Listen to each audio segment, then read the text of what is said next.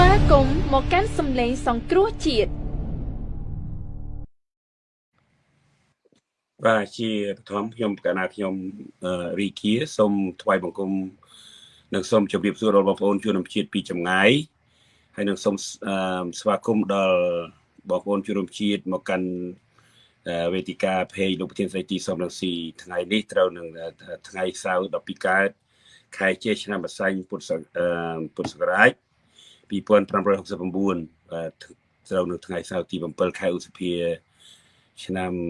2025ប្រធានបទថ្ងៃនេះថាយើងចង់សួរថាតើកម្ពុជានឹងចំនួនករណីចំនួនកម្ពុជាថៃទៅតុលាការអន្តរជាតិដែរឬទេប៉ុន្តែមុននឹងយើងឈានដល់ប្រធានបទយើងសូមស្វាគមន៍វាគ្មិនរបស់យើងសិនបាទជម្រាបសួរអាយរ៉ាប់សម្បានបាទជំរាបសួរលោករីកេសូមជំរាបសួរបងប្អូនខ្មែរទាំងក្នុងនិងក្រៅប្រទេសផងដែរបាទសុខសប្បាយអរិយបាទសុខសប្បាយអរគុណច្រើនដែលបានចំណាយពេលវេលាមកកាន់វេទិកាភេកលោកប្រធានស្ដីទីថ្ងៃនេះយើងមានប្រធានបទមួយចំនួនប៉ុន្តែយើងដាក់តែប្រធានបទធំមកប៉ុន្តែឥឡូវនេះយកមិញហ្នឹងវាឃើញវេទិកាប្លែកថ្មីមួយទៀតមុននឹងយើងបកស្រាយដល់ប្រធានបទយើងមានការព្រួយបារម្ភដោយសារតែថៃបានសម្រេចចិត្តបិទព្រំដែនទាំងឡាយដែលជាប់នឹងខេត្តស្រះកែវគឺប៉ះពាល់ដល់ច្រកព្រំដែនអន្តរជាតិប៉ោយប៉ែតតែម្ដងដែលជាកន្លែងប្រជាពលរដ្ឋខ្មែរចេញចូលទូទៅភាគច្រើនគឺគាត់រកស៊ីចំនួន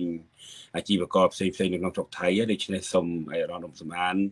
ធ្វើបច្ចុប្បន្នភាពនយោបាយបន្តិចមើលទាក់ទងនឹងរឿងបញ្ហាបិទព្រំដែននេះមិនមែនជាការងាយស្រួលទេចំពោះអាជីវករខ្មែរយើងភាគច្រើនដែលមកធ្វើការហើយនឹងខ្ញុំមើលឃើញទៀតថានឹងបិទបន្តបន្ទាប់ហើយមិនមែនតែ1 2 3នៅជាប់ព្រំដែនស្រះកែវនោះទេគឺខេត្តដទៃទៀតក៏នឹងមានប៉ះពាល់ដែរគេដាក់បណ្ដោះអាសន្នប៉ុន្តែបណ្ដោះអាសន្នអាចដល់ពេលណាបាទខ្ញុំឃើញថា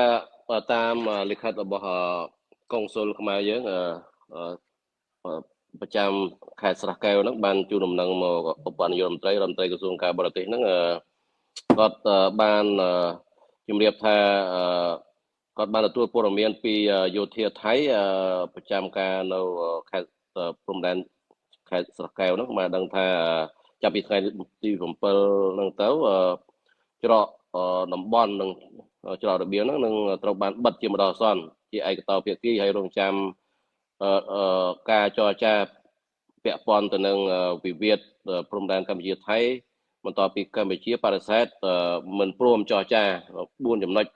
នៅតំបន់តំបន់តូច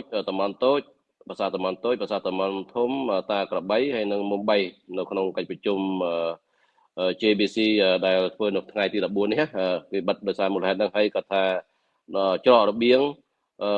នឹងច្រកតំបន់តាមខេត្តដទៃទៀតនឹង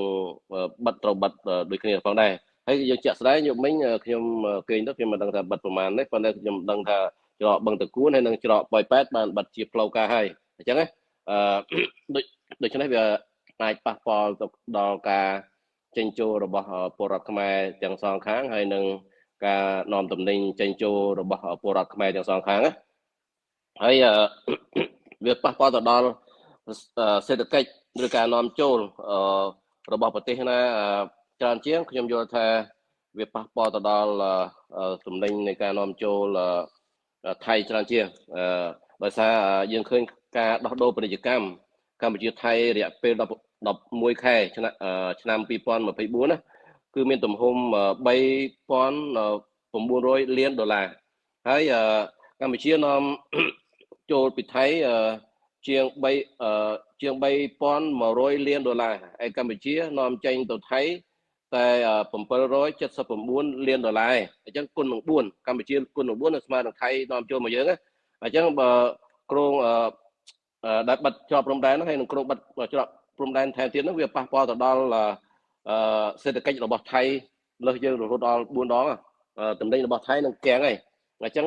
ប៉ះពាល់ដល់សេដ្ឋកិច្ចទាំងសងខាងក៏ប៉ុន្តែថៃប៉ះពាល់ច្រើនជាងដោយសារថៃត្រូវនាំតំណែងមកខ្មែរយើងច្រើនជាងយើងនាំតំណែងទៅថៃហើយជាក់ស្ដែងយើងឃើញថាកាល សម័យផ្កាយព្រឹកតារាថៃដែលនិយាយថាប្រាសាទអង្គរវត្តជារបស់ថៃនោះពេលហ្នឹងមានបិទច្រកព្រំដែនដែររហូតដល់3ខែចុងក្រោយបើកវិញដោយសារតំណែងថៃអត់ទីផ្សារហើយសមាគមពាណិជ្ជករថៃហ្នឹងខំបង្កើតពីព្រោះតំណែងថៃលួងចិត្តយ៉ាងម៉េចក៏អត់បានដែរអញ្ចឹងត្រូវបើកឡើងវិញឯងអញ្ចឹងខ្ញុំយល់ថាអាចមានពាណិជ្ជករថៃឬក៏ប្រជាប្រដ្ឋថៃហ្នឹងបាតកម្មហើយបើសិនតែបាត់យូរព្រោះតំណែងថៃដូចខ្ញុំថានាំចូលមកកម្ពុជារហូតដល់ជាង300,000 លានដុល្លារនោះអញ្ចឹងវាកាំងមិនអាចដំណើរបានអញ្ចឹងវាមិនប៉ះពាល់ដល់សេដ្ឋកិច្ចរបស់ប្រជាប្រដ្ឋគេណាហើយដល់សម័យអភិសិទ្ធនេះគឺបានលើកតបច្បាំងមកជាមួយខ្មែរចុងក្រោយក៏ឆ្នាំ2011ក៏សូមចរចាជាមួយខ្មែរយើងដែរទេដល់សម័យប្រយុទ្ធច័ន្ទចាបានចាប់ពលករខ្មែរយើងមកទាំងឡានណាក្រោយមកសមាគមសហគ្រិនថៃហ្នឹងបានតវ៉ាថាខ្វះកម្លាំងពលកម្មដើម្បីផលិតអញ្ចឹងក៏បើកឲ្យពលករខ្មែរហ្នឹងធ្វើការធម្មតានៅថៃវិញបញ្ជូនពលករខ្មែរទៅធ្វើការនៅស្រុកថៃធម្មតាដូច្នេះការដែលបិទច្រកព្រំដែននេះគឺវាប៉ះពាល់ទៅដល់សេដ្ឋកិច្ចរបស់ថៃច្រើនជាងខ្ញុំយល់ថានឹងមានប្រតិកម្មពីសំណាក់ប្រជាប្រដ្ឋថៃនៅពេលខាងមុខហើយបើសិនជាតំណែងរបស់គេមិនអាចនាំចេញទៅប្រទេសណាផ្សេងដូចខ្ញុំថាអញ្ចឹងវានាំចេញមកកម្ពុជាច្រើនហើយមិនអាចយកចេញទៅប្រទេសជិតខាងឬប្រទេសដទៃទៀតបានទេតំណែងច្រើនយ៉ាងច្រើនដូច្នេះបាទដូច្នេះខ្ញុំយល់ថារដ្ឋាភិបាលកម្ពុជាគូកំតាន់ភ័យស្លន់ស្លោអីហើយមួយទៀតតាមដែលយើងទទួលព័ត៌មានពីយុគមិញដែរថាមានដែលយើងឃើញថាតាមទទួលព័ត៌មាននេះគឺសារព័ត៌មានគេផ្សាយតែម្ដងគឺថាមេតបថៃហ្នឹងបានប្រជុំគ្នាថាផ្ដល់យោបល់ថាគួរតែច្បាំងតែម្ដងចង់វាយតែម្ដងចង់វាយសង្គ្រប់មកលើកម្ពុជាតែម្ដងហើយមូលហេតុគឺថាដោយសារកម្ពុជាមិនបានដាក់4ចំណុចប្រាសាទតំបន់តូចតំបន់ធំតាកបីហើយនិងតំបន់មុំបីទៅក្នុងរបៀបវរៈនៃការប្រជុំថ្ងៃទី14នេះហើយអានោះទី1ទី2ដោយសារកម្ពុជាប្តឹងក្រុងប្តឹងថៃនៅសំណុំរឿងទាំង4ហ្នឹងទៅកាន់តុលាការយុត្តិធម៌អន្តរជាតិ ICJ អញ្ចឹងណាមូលហេតុអស់ហ្នឹងហើយទៅថៃហើយមួយទៀតគឺដោយសារ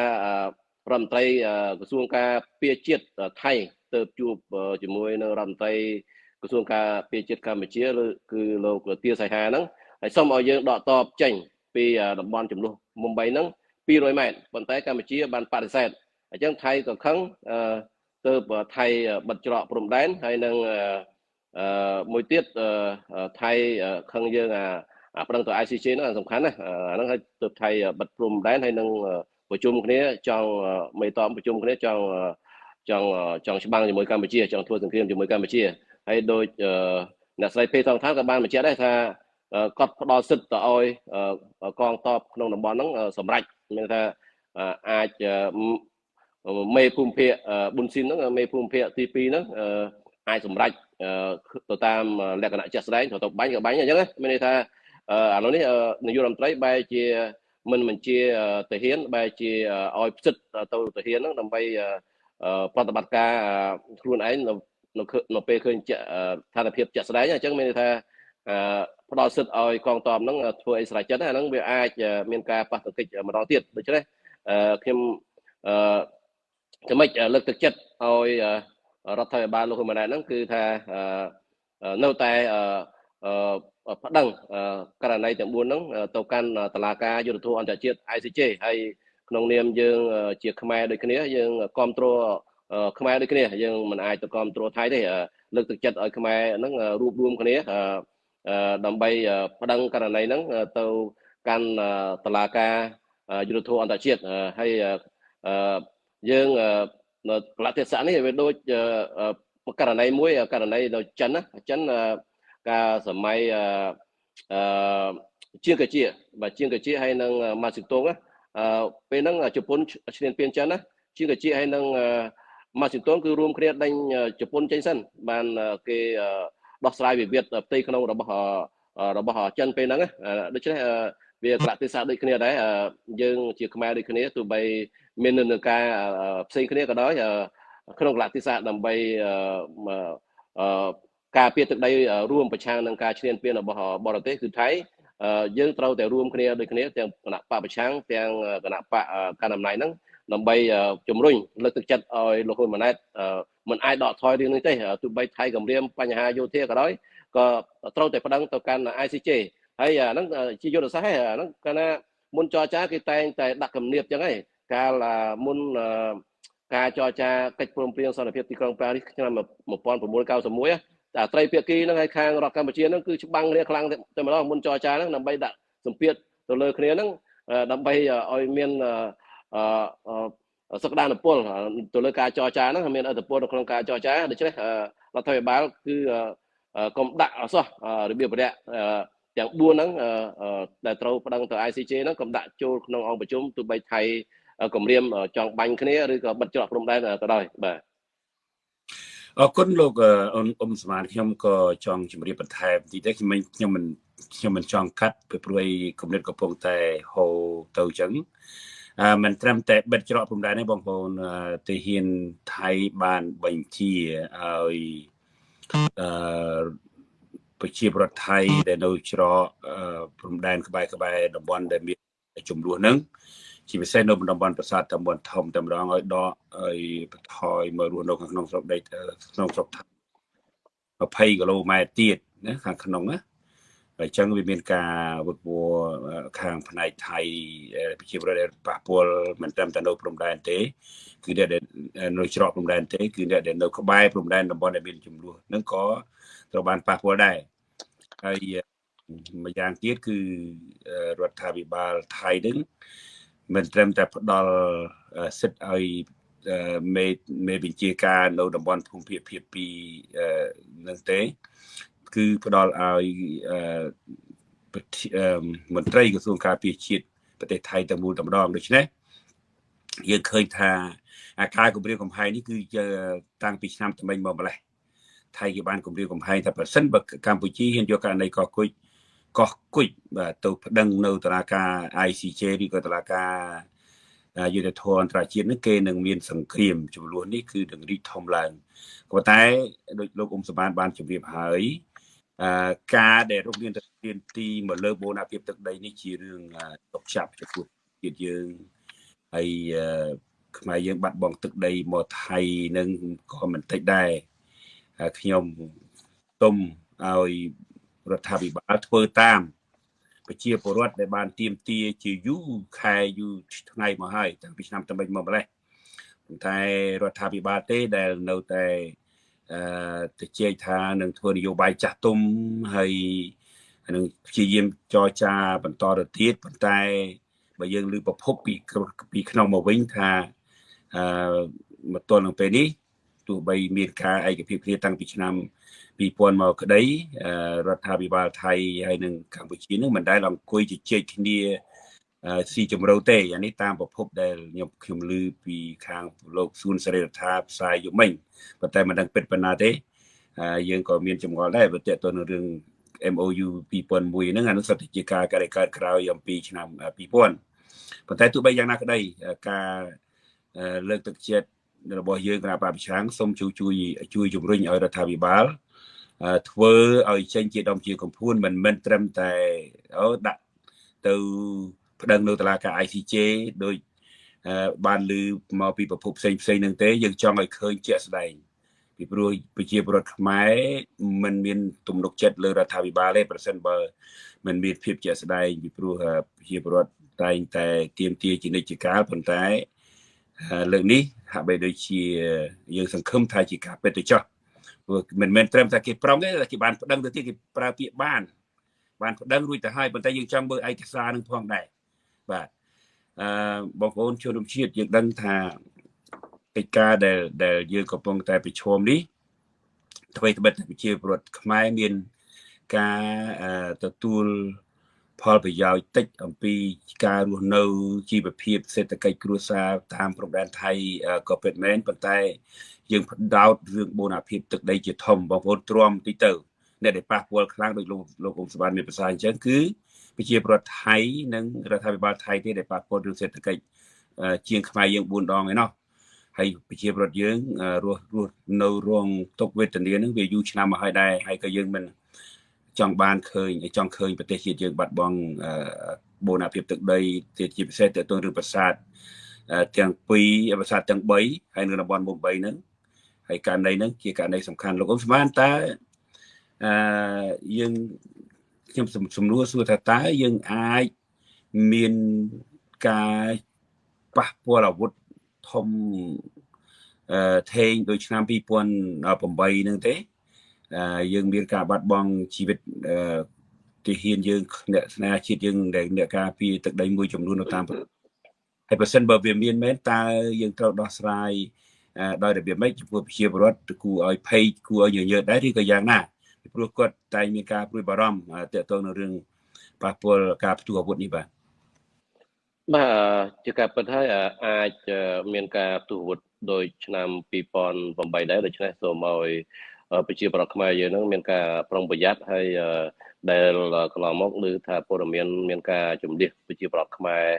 នៅក្នុងខេត្តព្រះវិហារហ្នឹងបានជំនះរួចហើយអញ្ចឹងខេត្តដទៃទៀតគួរតែត្រៀមជំនះដែរទៅ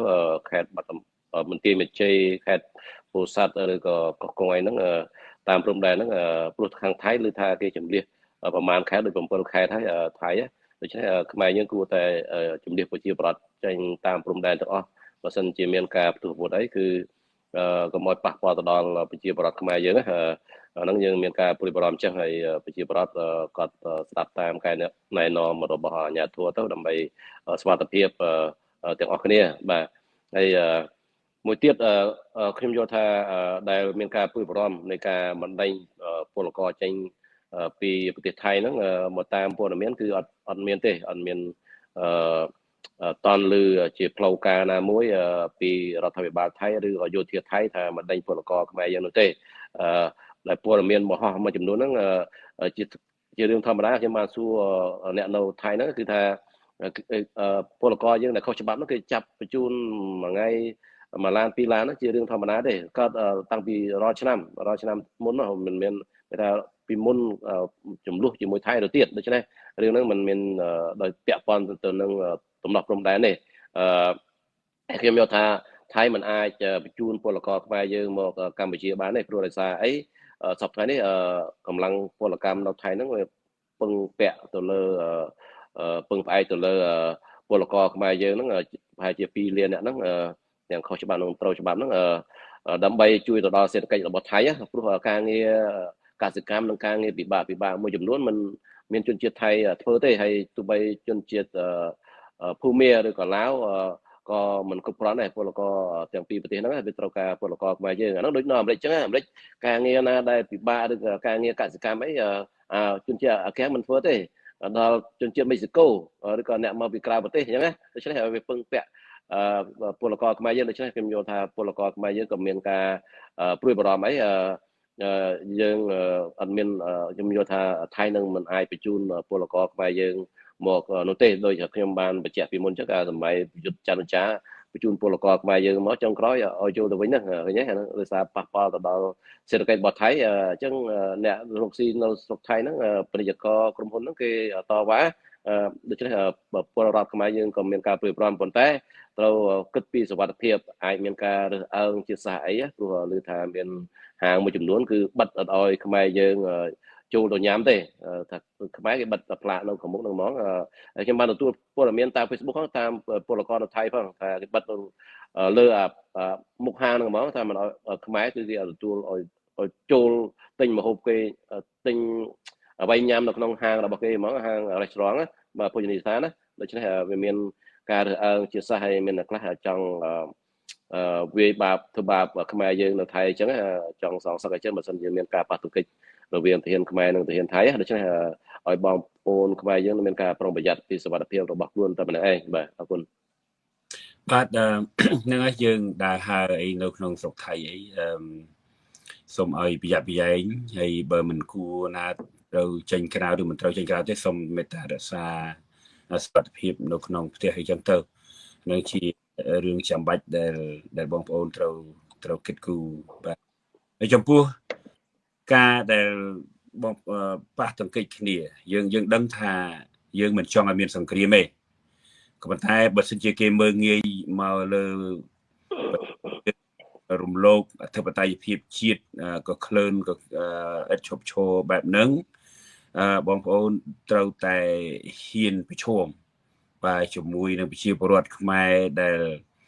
គាត់តែងតែទាមទារបែបនេះគាត់យើងទាំងអស់គ្នាមិនចង់មានសង្គ្រាមក៏ពិតមែនប៉ុន្តែបើសិនជាគេធ្វើបាបយើងវាយយើងអានឹងមុខនីតិរបស់រដ្ឋាភិបាលត្រូវតែការពារបូរណភាពទឹកដីត្រូវតែការពារប្រជាពលរដ្ឋដែលយើងរដ្ឋាភិបាលឬក៏ថាអ្នកដែលលោកខាងក្រៅអ្នកដែលបងប្អូនខ្មែរលោកខាងក្រៅឬក៏រដ្ឋាភិបាលប្រឆាំងហ្នឹងទាមទារជានិច្ចកាលកន្លងមកសូមឲ្យជួយប្រជាពលរដ្ឋជាពិសេសហើយនឹងជួយការពារបូរណភាពទឹកដីយើងហ៊ានប្រឈមហើយខ្ញុំយល់ថាមិនសង្ឃឹមទៅដល់មានការផ្ទុះវុធចុះហើយសូមកុំឲ្យគ្រាន់តែជាសម្ដែងដើម្បីស្ពិនភ្នែកបង្វែរស្ថានភាពឲ្យសោះបាទយើងជាខ្ញុំសូមបញ្ចេញគំនិតបន្តិចយើងជាប្រជាពលរដ្ឋខ្មែរយើងចង់បានឲ្យរដ្ឋាភិបាលយើងចង់ឃើញឲ្យរដ្ឋាភិបាលរក្សាជំហរឲ្យបានរឹងមាំពីព្រោះការចរចាទ្វេភាគីនេះវា20បើតាមលើប្រភពពីរដ្ឋាភិបាលមកវិញនឹងជាង20ឆ្នាំមកហើយ25ឆ្នាំមកហើយអត់មានផលចំណេញអីទេបាទបញ្ចប់ទៅការចរចាទ្វេភាគីវាភាគច្រើនតែងខាតខាងកើតក៏បាត់ខាងលិចក៏បងដែរអញ្ចឹងសូមឲ្យរដ្ឋាភិបាលសិក្សាជំហរឲ្យផ្ដល់ឯកសារបដិងទៅតុលាការទីក្រុងតុលាការអន្តរជាតិនឹងឲ្យប្រជាពលរដ្ឋគាត់ស្ងប់ចិត្តផងឲ្យពួកយើងទាំងអស់គ្នាសប្បាយចិត្តផងដែរព្រោះរឿងឯកភាពជាតិនេះវាជារឿងធំហើយយើងចង់ឃើញក្រោយពីការដាក់ញត្តិនៅស្ថានទូតខ្មែរនៅទីក្រុងWashington រដ្ឋធានី Washington កាលពីថ្ងៃទី9ថ្ងៃសុក្រទី9ខែឧសភាឆ្នាំ2025កន្លងទៅនឹងយើងមានញត្តិផ្ញើដល់ទៅ4ណាបងប្អូនជនជាតិកុំភ្លេចបាទទី1ញត្តិតែមួយទេប៉ុន្តែផ្ញើទៅ4កន្លែងទៅប្រកូណាមួយច្បាប់ទៅរដ្ឋសភាប្រធានព្រឹទ្ធសភាមួយច្បាប់ទៅប្រធានព្រឹទ្ធសភាមួយច្បាប់និងទៅនាយករដ្ឋមន្ត្រីមួយច្បាប់ហើយញត្តិនេះគឺទាមទារបែបហ្នឹងហើយយើងសប្បាយចិត្តរីករាយដោយឃើញថារដ្ឋាភិបាលគាត់ធ្វើតាមហើយសូមរក្សាជំហរនឹងឲ្យបានម៉ត់ចត់ហើយយើងយល់ថាអន្តរជាតិបើកាលណាគេវាយយើងហើយយើងមានករណីនឹងស្រាប់ទៅដល់អន្តរជាតិផងនឹងគេច្បាស់ជាយកចិត្តទុកដាក់ហើយសូមឲ្យកុំឲ្យប្តឹងតែ4ករណីហ្នឹងបាទសូមឲ្យបញ្ចូលករណីកោះគុជទៅជាមួយផងពីព្រោះកោះគុជនេះវាសំខាន់ណាស់ជាអាយុជីវិតរបស់ជាតិយើងដូចគ្នាបាទតម្លៃលុយជាដុល្លារវិញរាប់ពាន់លានដុល្លារសូមមេត្តារដ្ឋាភិបាលធ្វើតាមសំណើរបស់ប្រជាពលរដ្ឋផងតែ4ករណីនឹងអត់ទាន់គ្រប់គ្រាន់ទេត្រូវថែមកោះគុជមួយទៀតអញ្ចឹងសូមលោកអ៊ំសមានបញ្ចេញយោបល់កន្លែងទីមើលតើតួងនឹងបណ្ដឹងហ្នឹងហាក់បីដូចជាមានតែ4ទេយើងចង់ឲ្យមានជាកញ្ចប់តែម្ដងទៅកុំឲ្យរទេរតោធ្វើការរំខានដល់តុលាការអន្តរជាតិដូចជាហើយរួមទាំង UN Close ហ្នឹងផងដែរបាទ UN Close ហ្នឹងក៏សំខាន់ណាស់លោកអ៊ំសមានដែលប្រទេសខ្មែរក្នុងពេលនេះហាក់បីដូចជានៅពង្រើយកតៃនឹងការជំរុញពីអតីតរដ្ឋទូតជប៉ុនប្រចាំកម្ពុជាដែលសប្តាហ៍កំពុងតែធ្វើការនៅ ICJ និងអគ្គរដ្ឋទូតបារាំងប្រចាំកម្ពុជាដែរអញ្ចឹងយើងចង់បានឃើញករណីទាំងអស់ហ្នឹងទៅជាកញ្ចប់បាទតែ4ករណីហ្នឹងអត់ទាន់គ្រប់គ្រាន់ទេបាទចង់ឲ្យបានថែម2ទៀតបាទពាក់ព័ន្ធទៅនឹងមិនដឹងទៅ ICJ នេះមានអ្នកខ្លះអាចឆ្ងល់ថាហេតុអីបានគេត្រូវចរចាថ្ងៃទី14នេះហើយចរចាទៅអីបើស្ពឹងទៅ ICJ ហើយមានជាពិសេសគឺសកម្មជនបពប្រឆាំងយើងខ្ញុំនិយាយមិនមាននិយាយដើម្បីកាន់ជើងរដ្ឋាភិបាលទេប៉ុន្តែនីតិវិធីធម្មតាមុននឹងប្តឹងទៅ ICJ គេឲ្យយើងចរចាគ្នាសិននិយាយគ្នាសិនណាបើសិនជាយើងមិនទាន់បាននិយាយគ្នាហើយយើងប្តឹងទៅ ICJ គឺតុលាការគេនឹងសួរថាបាននិយាយជាមួយថៃហើយនៅមុនដាក់ពាក្យម្ដងមានបបួលថៃហើយនៅដើម្បីទៅប្តឹងនៅ ICJ ហ្នឹងដូច្នេះការប្រជុំថ្ងៃទី14នេះខាងមុខហ្នឹងគឺរដ្ឋាភិបាលកុំដាក់របៀបវរៈនៃប្រាសាទ ទាំង3គឺប្រាសាទតំបន់តូចប្រាសាទតំបន់ធំប្រាសាទតាកបីហើយនិងតំបន់មុំ3ទៅក្នុងរបៀបវរៈនៃការប្រជុំអសោះព្រោះគាត់បានបញ្ជាក់ហើយគឺថាមិនដាក់ទៅក្នុងរបៀបវរៈនៃការប្រជុំនោះទេអញ្ចឹងយើងគ្រប់គ្រងចំណុចហ្នឹងប្រជុំនេះគឺថាមកតាមយោបល់ខ្ញុំគឺត្រូវប្រជុំទី1គឺបបួលថៃឡើងទៅ ICJ អាហ្នឹងត្រូវនិយាយគ្នាជាមួយថៃឡើងទៅ ICJ ករណី4ចំណុចដែលខ្ញុំបាននិយាយហ្នឹងទី1ទី2បើចរចាគឺចរចាតំបន់ផ្សេងទៀតហ្នឹងគឺអត់អាចយកអាផែនទីដែលថៃគូសទៅខ្លួនឯងហ្នឹងឯងដែលឯកតោភាគីហ្នឹងទេគឺត្រូវយកផែនទីឧបសម្ព័ន្ធភ្ជាប់សន្ធិសញ្ញាបារាំងសៀមឆ្នាំ1904និង1907ដែលផែនទីហ្នឹងធ្វើនៅឆ្នាំ1908បាទត្រូវដែលផែនទីដែលថៃគូជាឯកតោភាគីហ្នឹងនៅឆ្នាំ1971មួយនៅឆ្នាំ1984មួយទៀតអញ្ចឹងផែនទីដែលថៃគូឯកតោភាគីហ្នឹងបាទហ្នឹងគេអាប់ដេតហ្នឹងប៉ុន្តែវាចាប់ផ្ដើមតាំងឆ្នាំ1936បាទដូច្នេះឲ្យរដ្ឋាភិបាលប្រកាន់ចំហអញ្ចឹងគឺចរចាតំបន់ផ្សេងប៉ុន្តែអត់អាចយកអ្វីដែលផែនទីរបស់ថៃយកមកប្រើត្រូវយកផែនទីរបស់បារាំងមកចរចាព្រោះឮថាលោកហ៊ុនម៉ាណែតហ្នឹងលោកហ៊ុនម៉ាណែតបាននិយាយហើយថាកន្លងមកហ្នឹងគឺក្នុងចំណោមបង្គោល73បង្គោលមានបង្គោលពិសេសមួយទៀតគឺ74មានការឯកភាពគ្នាប្រហែលជា40បង្គោលហើយអញ្ចឹងនៅសល់ប្រហែលជា30បង្គោលទៀតអត់តាន់ឯកភាពគ្នាចំណុចហ្នឹងតើការអត់មានរដ្ឋាភិបាលមិនដែលបញ្ចេញព័ត៌មានទេតើការបោះការឯកភាពបង្គោលមួយចំនួនដែលថា40បង្គោលហ្នឹងសំអាងទៅលើផែនទីរបស់បារាំងឬក៏សំអាងទៅលើផែនទីថៃគូឯកតោភាគីរដ្ឋាភិបាលត្រូវបញ្ចេញព័ត៌មានរឿងហ្នឹងព្រោះផែនទីដែលថៃប្រើប្រាស់ដើម្បីមកចរចាជាមួយកម្ពុជាហ្នឹងរដ្ឋាភិបាលកន្លងមកដូចមិនដែលបញ្ចេញព័ត៌មានហ្នឹងដូច្នេះហ្នឹងគួរតែបញ្ចេញព័ត៌មានឲ្យ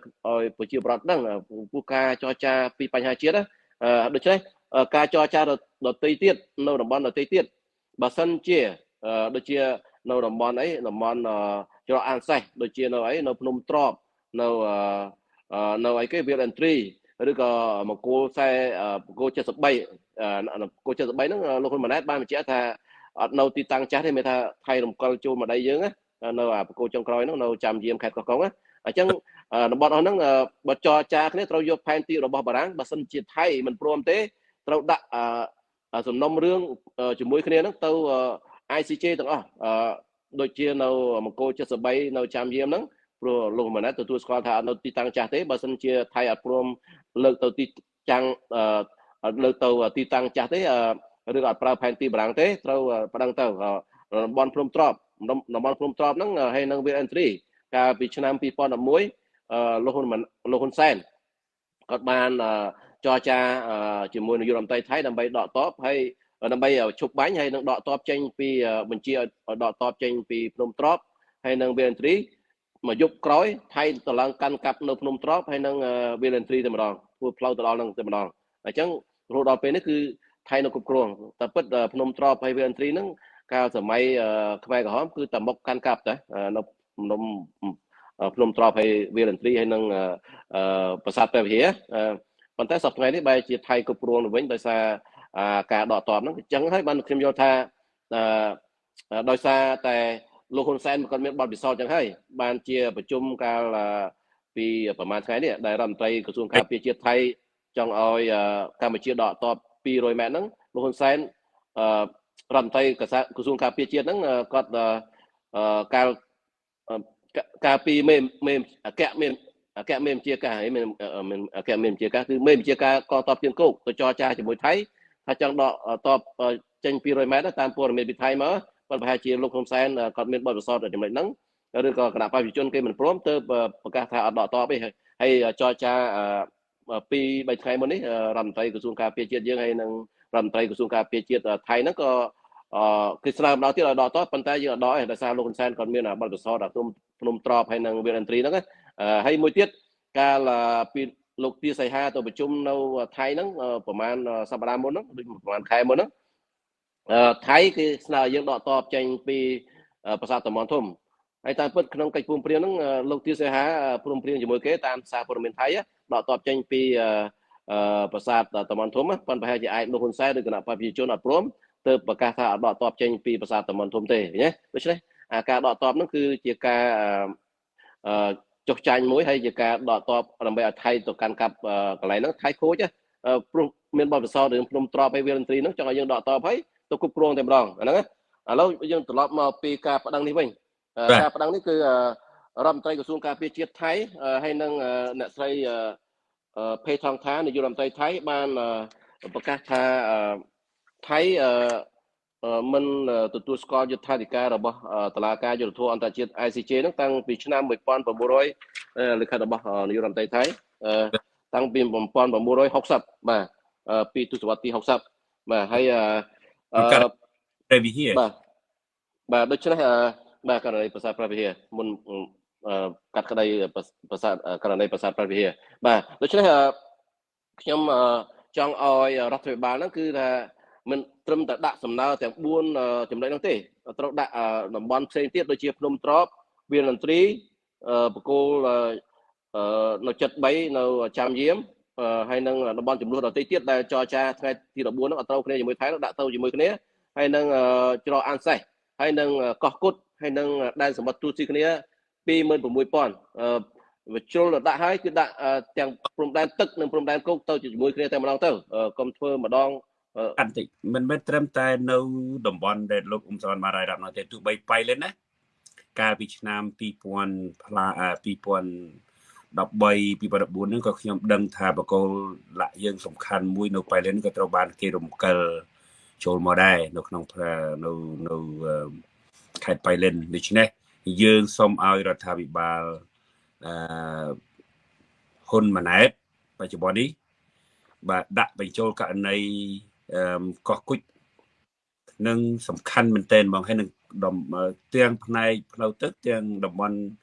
ដីគោកទាំងអដាក់ចូលទៅក្នុងករណីតែមួយម្ដុំរឿងម្ដុំជាកញ្ចប់ទៅតុលាការអន្តរជាតិដើម្បីឲ្យគេសាររើសារថ្មីពីព្រោះផែនទីដែលថៃគូឬយើងដឹងកន្លងមកតាមអធិការអធិប្បាយរបស់លោកអ៊ុំសំអានមិនមែនជាផែនទីដែលយកជាផ្លូវការបានទេពីព្រោះជាផែនទីឯកតោភាគីបងប្អូនជាផែនទីឯកតោភាគីធម្មតាអ្នកគឺផែនទីគេ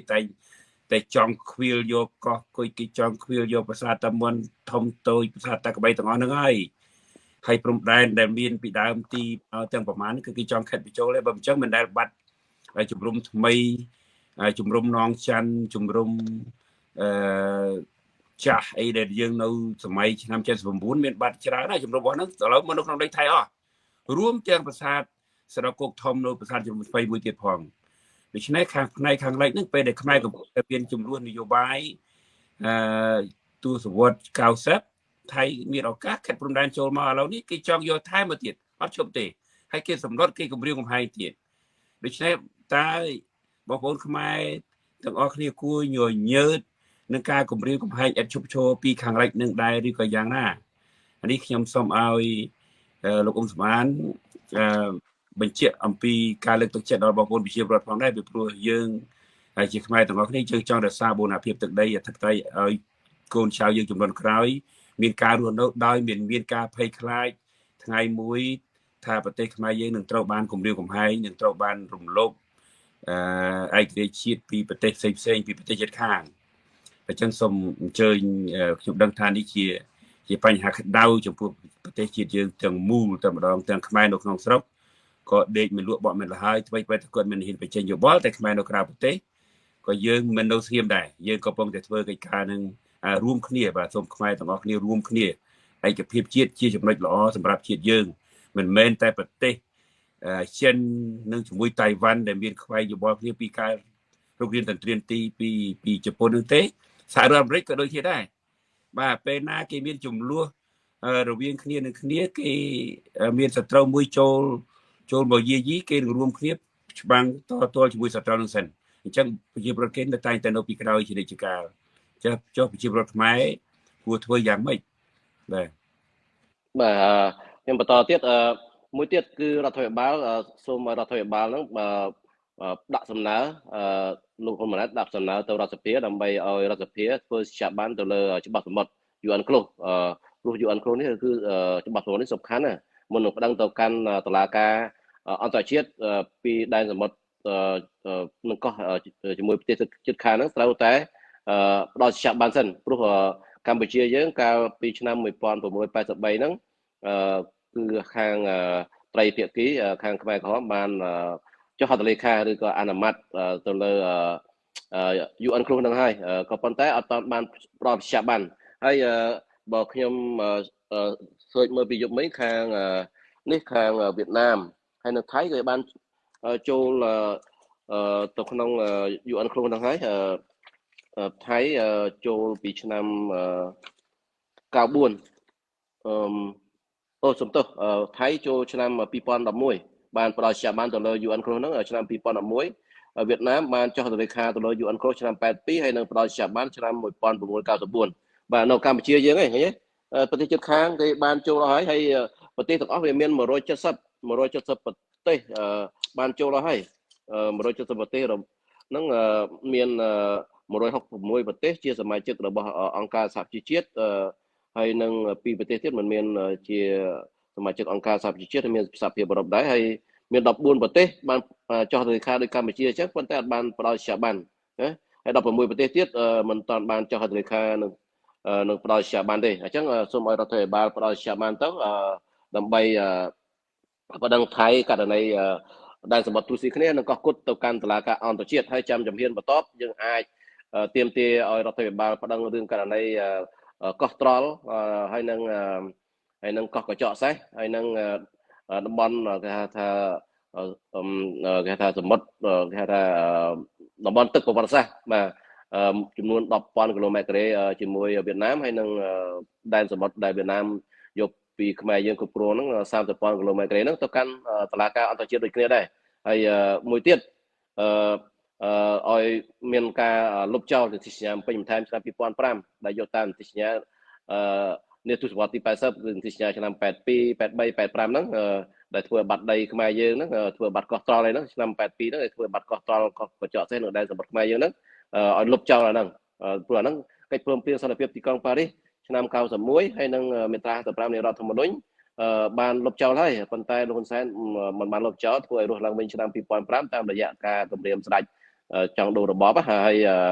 អាហ្នឹងយើងឲ្យលុបចោលអាហ្នឹងហើយឲ្យសាររើការបោះបង្គោលព្រំដែនជាមួយវៀតណាមដែលបាន 84% ហ្នឹងឡើងវិញទៅបាទអាហ្នឹងនឹងជាជំហានបន្តទៀតបាទហ្នឹងជារឿងក្រោយឥឡូវនេះរឿងជាមួយថៃយើងដោះស្រាយជារឿងមួយសិនទៅជាមួយថៃសិនយើងមិនអាចដោះស្រាយរឿងតែរឿងពីរជាមួយគ្នាទេអាហ្នឹងចាំជារឿងបន្តបាទយើងត្រឡប់មកនេះវិញត្រឡប់មកពី ICJ បងប្អូនយើងថាតើការចរចាថ្ងៃទី14ហ្នឹងគេចរចាទៅអីធម្មតាណាបើសិនមុនយើងប្តឹងត្រូវតែនិយាយគ្នាសិនហើយថាថៃបបួលថៃថាតើព្រមឡើងទៅ ICJ ជាមួយយើងឬអត់ថ្ងៃប្រជុំថ្ងៃទី14ហ្នឹងរដ្ឋាភិបាលត្រូវស្នើអញ្ចឹងបាទហើយធម្មតាគេឲ្យនិយាយគ្នាសិនមុនយើងប្តឹងដូច្នេះយើងអាចនិយាយគ្នាពីតំបន់ផ្សេងមិនអាចនិយាយគ្នាចំណុចហ្នឹងទេចំណុចទាំង4ហ្នឹងទេដែលខ្ញុំបានរៀបរាប់ហ្នឹងហើយបន្តពីហ្នឹងបើសិនជាថៃមិនព្រមឡើងជាមួយយើងទេដាច់ខាតរដ្ឋាភិបាលលោកហ៊ុនម៉ាណែតហ្នឹងត្រូវតែប្តឹងភ្លាមតែម្ដងមិនអាចចាំយូរទេបាទរឿងនេះទុកយូរអត់បានទេបាទប្តឹងទៅ ICJ ហើយមានអ្នកខ្លះសួរថាតើសង្ឃឹមប្រមាណភាគរយរដ្ឋាភិបាលលោកហ៊ុនម៉ាណែតនឹងប្តឹងទៅកាន់តុលាការយុត្តិធម៌អន្តរជាតិ ICJ សម្រាប់ខ្ញុំខ្ញុំក្រោយវិញតិចលោកកុំស្មានកុំឲ្យវែងឆ្ងាយខ្ញុំដឹងថាការប្រជុំកម្ពុជាមួយកិច្ចប្រជុំកម្ពុមួយរវាងភាគីថៃ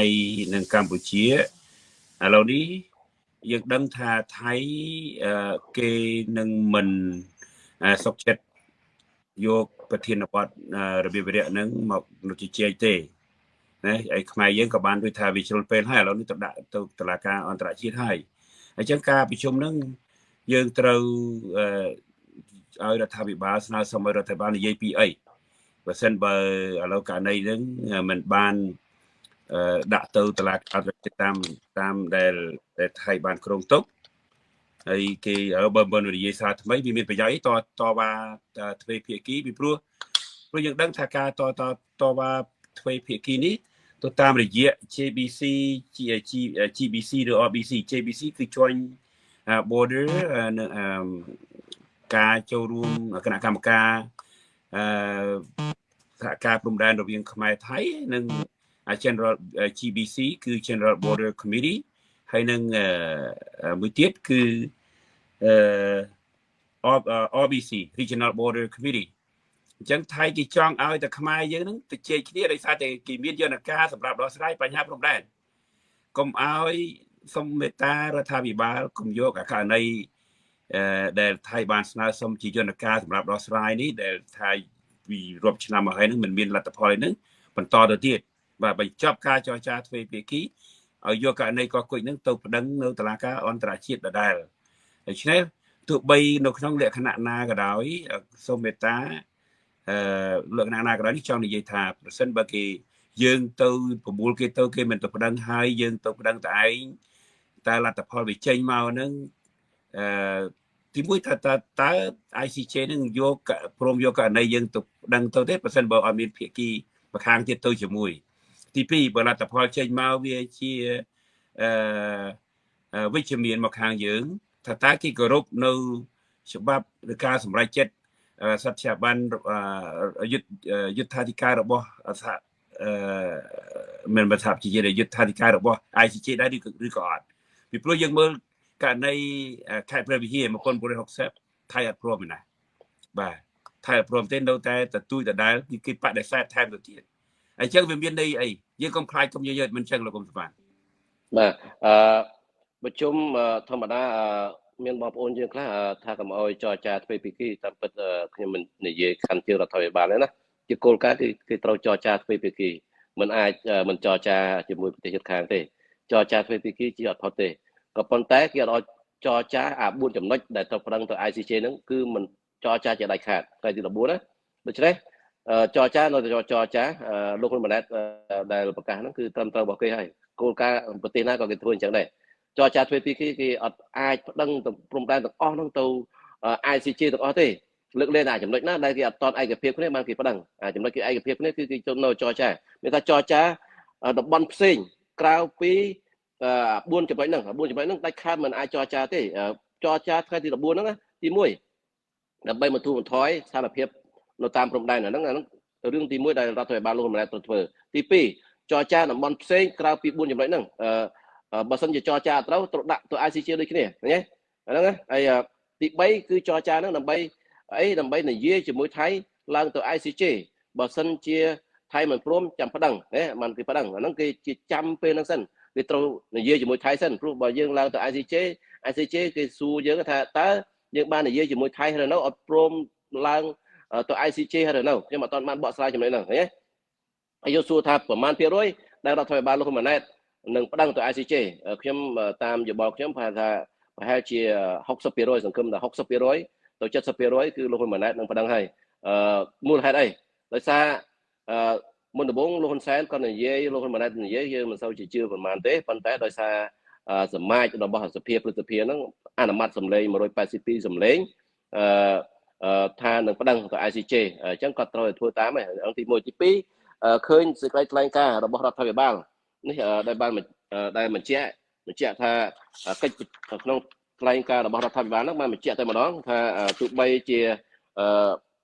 ការចរចាថ្ងៃទី14ហ្នឹងក៏ដោយចរចាថ្ងៃទី14ហ្នឹងក៏ប៉ុន្តែ4ចំណុចហ្នឹងគឺរដ្ឋាភិបាលនឹងមិនដាក់ក្នុងវិបរៈនៃការចរចាថ្ងៃទី14ហ្នឹងទេណានឹងប្តឹងទៅ ICJ ហើយសម្រាប់ប្តឹងហើយក៏ប៉ុន្តែអត់បានដាក់នៅឡើយទេសារព័ត៌មានមួយចំនួនថាដាក់ហើយហ្នឹងអត់តាន់បានដាក់ទេគេសម្រេចថាដាក់ហើយប៉ុន្តែអត់បានដាក់ទេរហូតដល់ថ្ងៃនេះណាបាទច្បាស់ចំណុចហ្នឹងមានបងប្អូនមួយចំនួនមានការយល់ច្រឡំបាទហើយនៅពេលដែលប្តឹងហើយសូមឲ្យរដ្ឋាភិបាលហ្នឹងចេញប្រកាសព័ត៌មានថាឲ្យប្រជាពលរដ្ឋឃើញពាក្យម្ដងហ្នឹងផងបាទបងរីគេចង់មិនយល់អីខ្ញុំយល់ថាវាគ្រាន់តែសម្រេចវាមិនទាន់ចេញជាផុសតាងនៅឡើយយើងអញ្ចឹងយើងស្នើសុំឲ្យបង្ហាញពីផុសតាងនឹងផងដើម្បីឲ្យប្រជាពលរដ្ឋគាត់ទុកចិត្តបាទនេះជាឬក៏រដ្ឋាភិបាលឬគណៈបព្វឆាំងដឹងទាំងអស់គ្នាជាទូទៅនឹងក៏ជាពិសេសឲ្យអន្តរជាតិនឹងដឹងឮតែម្ដង ហើយចំពោះការចរចាទ្វេភាគីនឹងវាពិតប្រាកដណាស់ប៉ុន្តែតែត្រូវតែមានហើយតែយើងធ្វើការកន្លងមកហ្នឹងមិនមែនជាមួយរដ្ឋាភិបាលថៃហ្នឹងមិនមែនទៅឥឡូវអាឡាយណារាប់ពីទសវត្សរ៍ហើយហ្នឹងហើយធ្វើលទ្ធផលបានស្អីអញ្ចឹងអាហ្នឹងក៏យើងត្រូវនិយាយគ្នាដែរវាករណីរឿងកគុយហ្នឹងក៏វាទៅមកដដែលហ្នឹងយើងបានចរចាឲ្យតាហើយរឿងប្រាសាទតាមុនធំតូចនេះក៏ដោយរហូតដល់ដាក់ទ័ពម្ខាង7ទៀតនោះឲ្យไปជួយការពារអាហ្នឹងមកពីរឿងចរចាទ្វេភាគីហ្នឹងមិនបានសម្រេចហ្នឹងអញ្ចឹងយើងមិនបាននិយាយគ្នាណាបាននិយាយគ្នាតាអញ្ចឹងបាទហើយបាទអញ្ចឹងបាទបាទជិញយើងចិត្តកាត់អូខេលទ្ធផលដែលប្រុងនឹងចេញមកបែបណានោះគឺបងប្អូនប្រជាពលរដ្ឋគួរទុកចិត្តបាទបើសិនជាយើងចង់បានលទ្ធផលពី ICJ យើងចង់បានលទ្ធផលពីការចរចាទ្វេភាគីទេទោះបីនៅក្នុងរូបភាពណាក៏ដោយឲ្យបើថាចាញ់ដោយយុត្តិធម៌ហើយបើឈ្នះក៏ឈ្នះដោយយុត្តិធម៌ដែរនេះជាអ្វីដែលខ្ញុំចង់និយាយបាទសូមជើញបន្តបាទហើយក្នុងសេចក្តីថ្លែងការណ៍ហ្នឹងរដ្ឋាភិបាលក៏បានបញ្ជាក់ដែរថាទោះបីជាថៃមិនព្រមក៏ដោយគាត់នៅតែប្តឹងទៅ ICJ ឃើញទេដូច្នេះជំហរដូចជាច្បាស់លាស់ជាមុនហើយយើងសង្ឃឹមថារដ្ឋាភិបាលនឹងធ្វើតាមហ្នឹងហើយប៉ុន្តែ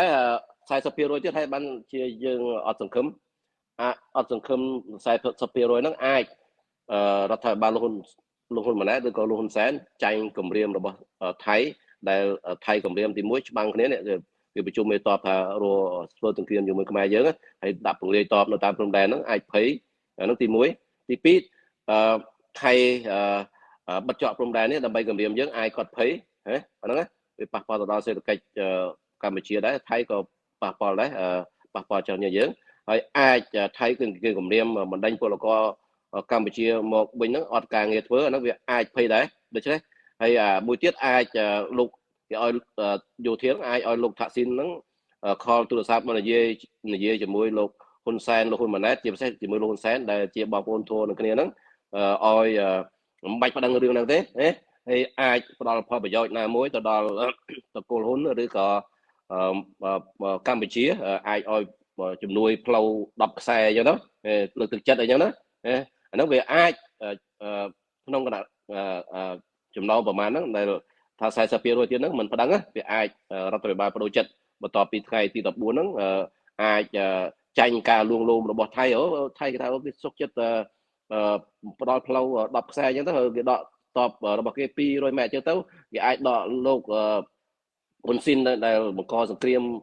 ជាមួយកម្ពុជាអញ្ចឹងទៅគេមានថៃគឺមានល្បិចច្រើនណាស់បើមិនអញ្ចឹងមានថៃមានយកទឹកដីយើងបានទេយើងដឹងហើយថៃជាជនជាតិតៃឬក៏តៃលាវភៀសខ្លួនមកពីប្រទេសចិនកាលពីសតវត្សចុងសតវត្សទី13ដើមសតវត្សទី14ហ្នឹងมันបង្កើតប្រទេសយកដីខ្មែរយើងដែរដីហើយសប្តាហ៍ថ្ងៃនេះថៃមកឈ្លានពានប្រទេសជុំវិញទាំងអស់ហ្នឹងមានដំណោះព្រំដែនជាមួយកម្ពុជាឡាវភូមាម៉ាឡេស៊ីឃើញទេដោយសារថៃចង់បានទឹកដីគេតាំងពីមុនឥឡូវចង់បានទឹកដីកម្ពុជាហើយនៅប្រទេសជិតខាងទៀតអញ្ចឹងប្រទេសទាំង4ហ្នឹងកម្ពុជាឡាវ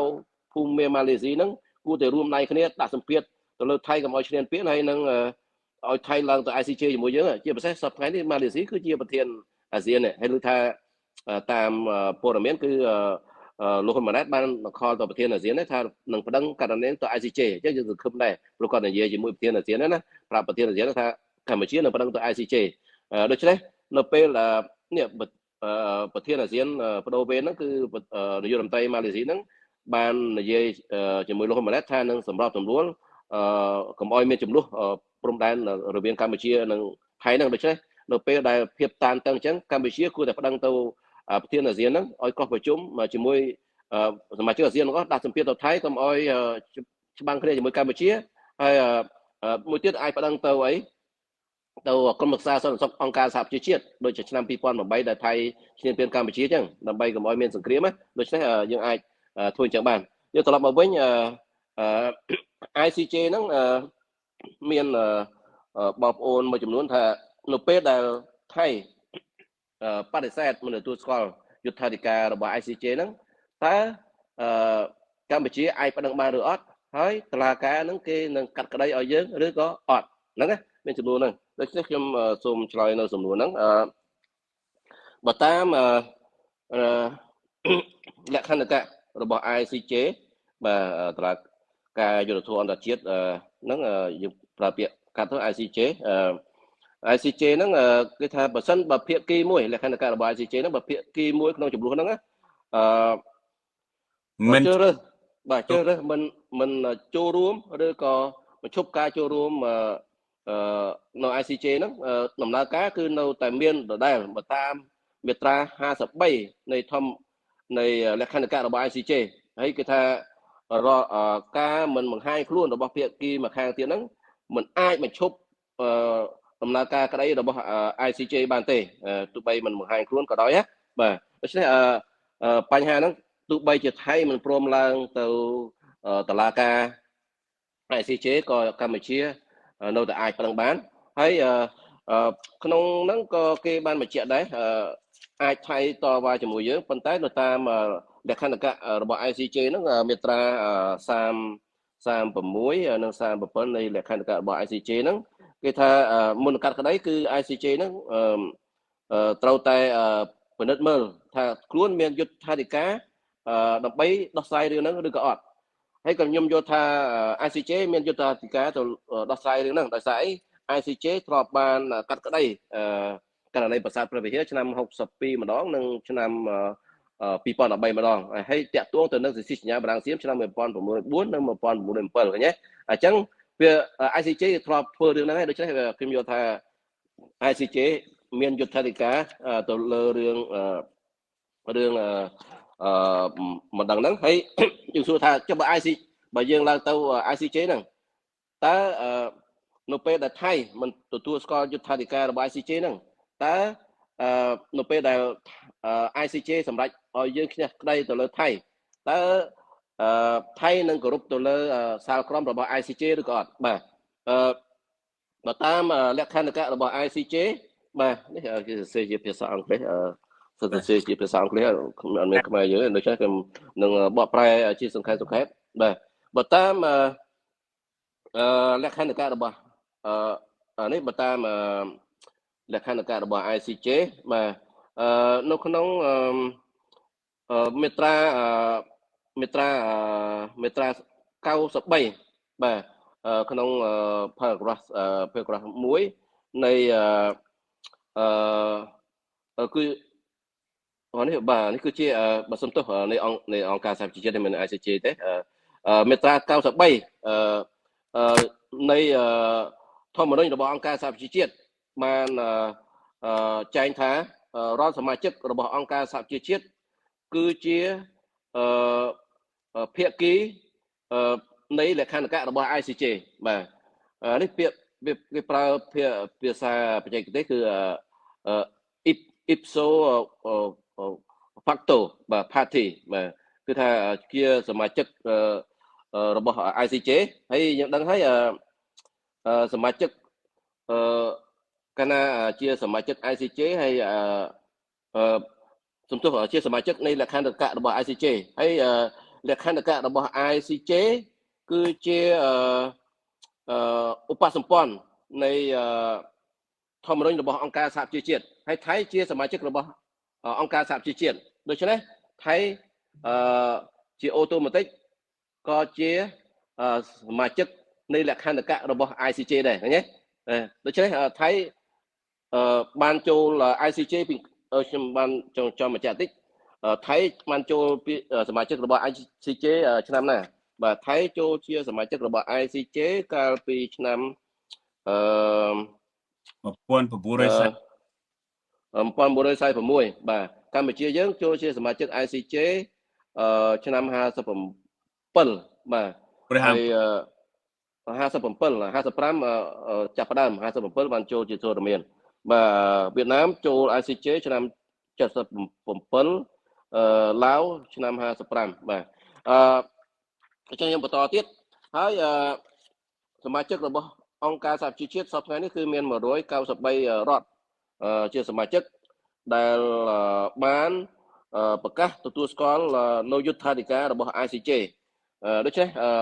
អ្នកដែលបានទទួលស្គាល់យុត្ថាធិការរបស់ ICJ ហ្នឹងគឺមានរួមទាំងថៃផងកាលពីឆ្នាំ46ដូច្នេះ ថៃក៏ជាសមាជិករបស់UN ហើយក៏ជាភាគីនៃលក្ខន្តិកៈរបស់ ICJ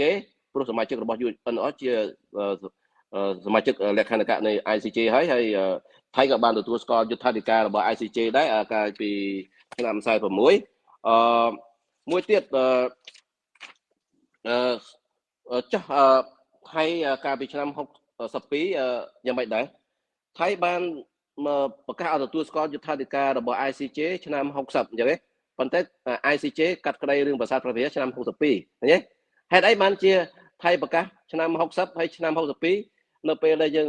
ជ្រះក្តីរឿងប្រាសាទព្រះវិហារថៃគោរពទៅតាម ICJ ណាប្រកាសដូចគ្នាតាហើយឆ្នាំ2013ហេតុអីថៃអត់ទទួលស្គាល់យុត្ថាធិការរបស់ ICJ តាំងពីឆ្នាំ1960ហើយឆ្នាំ2013ហើយបានថៃឡើងជាមួយយើងទៅ ICJ ឃើញទេដូច្នេះរឿងនេះវាដូចគ្នាទេថៃអត់ប្រកាសទទួលស្គាល់តាំងឆ្នាំ60ដូច្នេះយើងប្តឹងទៅគឺថៃត្រូវឡើងទៅហើយបាទហើយមិនឡើងទៅក៏កាត់ឲ្យយើងឈ្នះដែរបាទហើយខ្ញុំរំលឹកពីឆ្នាំ60ហ្នឹងថៃអត់ទទួលស្គាល់យុត្ថាធិការរបស់ ICJ ដល់ឆ្នាំ62តុលាការ ICJ កាត់ឲ្យខ្មែរយើងឈ្នះក្តីរឿងប្រាសាទព្រះវិហារពេលហ្នឹងនាយករដ្ឋមន្ត្រីថៃបានប្រកាសបដិសេធថាអត់ទទួលស្គាល់សាលក្រមរបស់ ICJ ក៏ប៉ុន្តែដោយការគៀបសង្កត់ការដាក់គំនាបពីសហគមន៍អន្តរជាតិមានអាមេរិកមានប្រទេសមួយចំនួនហ្នឹងប្រទេសមហាអំណាចមួយចំនួនហ្នឹងបានដាក់សម្ពាធទៅលើថៃហើយគម្រាមថៃថាបើសិនជាថៃមិនទទួលស្គាល់យុត្ថាធិការរបស់ ICJ ទេនឹងបណ្ដេញថៃចេញពីអង្គការ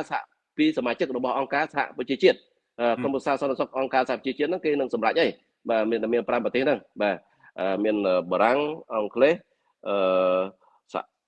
សប្តាហ៍រុស្ស៊ីចិនអាមេរិកបាទ5ប្រទេសសមាជិកក្រុមប្រឹក្សាសន្តិសុខអង្គការសហប្រជាជាតិបាទសមាជិកក្រុមប្រឹក្សាសន្តិសុខអង្គការសហប្រជាជាតិអចិន្ត្រៃយ៍បាទអាហ្នឹងដូច្នេះថៃបន្ទាប់ពីមានការដាក់សម្ពាធអញ្ចឹងហើយពេលហ្នឹងសហគមន៍អន្តរជាតិគេថាថៃអត់គោរពទៅតាមច្បាប់អន្តរជាតិទេអ្នកឯងជាសមាជិករបស់អង្គការសហប្រជាជាតិត្រូវគោរពច្បាប់អន្តរជាតិត្រូវគោរព ICJ ព្រោះ ICJ គឺជាសាខារបស់អង្គការសហប្រជាជាតិដូច្នេះអ្នកឯងត្រូវគោរពអត់បានទេអញ្ចឹងបន្ទាប់ពីការដាក់សម្ពាធហ្នឹងឆ្នាំ1962គឺថ្ងៃទី21ខែមិថុនាឆ្នាំ1962នាយករដ្ឋមន្ត្រីថៃឈ្មោះសរិទ្ធថាណារ៉ាត់ហ្នឹង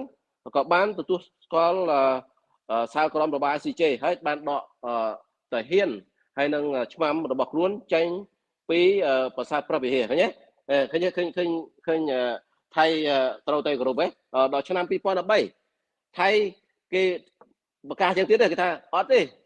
កម្ពុជាប្តឹងឲ្យបកស្រាយសាលក្រមរបស់ ICJ ឆ្នាំ62ហ្នឹងថាថៃអត់ទទួលស្គាល់តាំងពីឆ្នាំ60តែមកប្តឹងឲ្យទៀតហើយប៉ុន្តែចុងក្រោយថៃក៏ឡើងទៅ ICJ ជាមួយយើងហើយឡើងហ្នឹងមានឡើងទៅវាយទេមានឡើងទៅតាំងក្តីទេគឺឡើងទៅប្រាប់ ICJ ថាថៃអត់ទទួលស្គាល់យុត្ថាធិការតាំងពីឆ្នាំ62ហេតុអីមកកាត់អីទៀតហើយ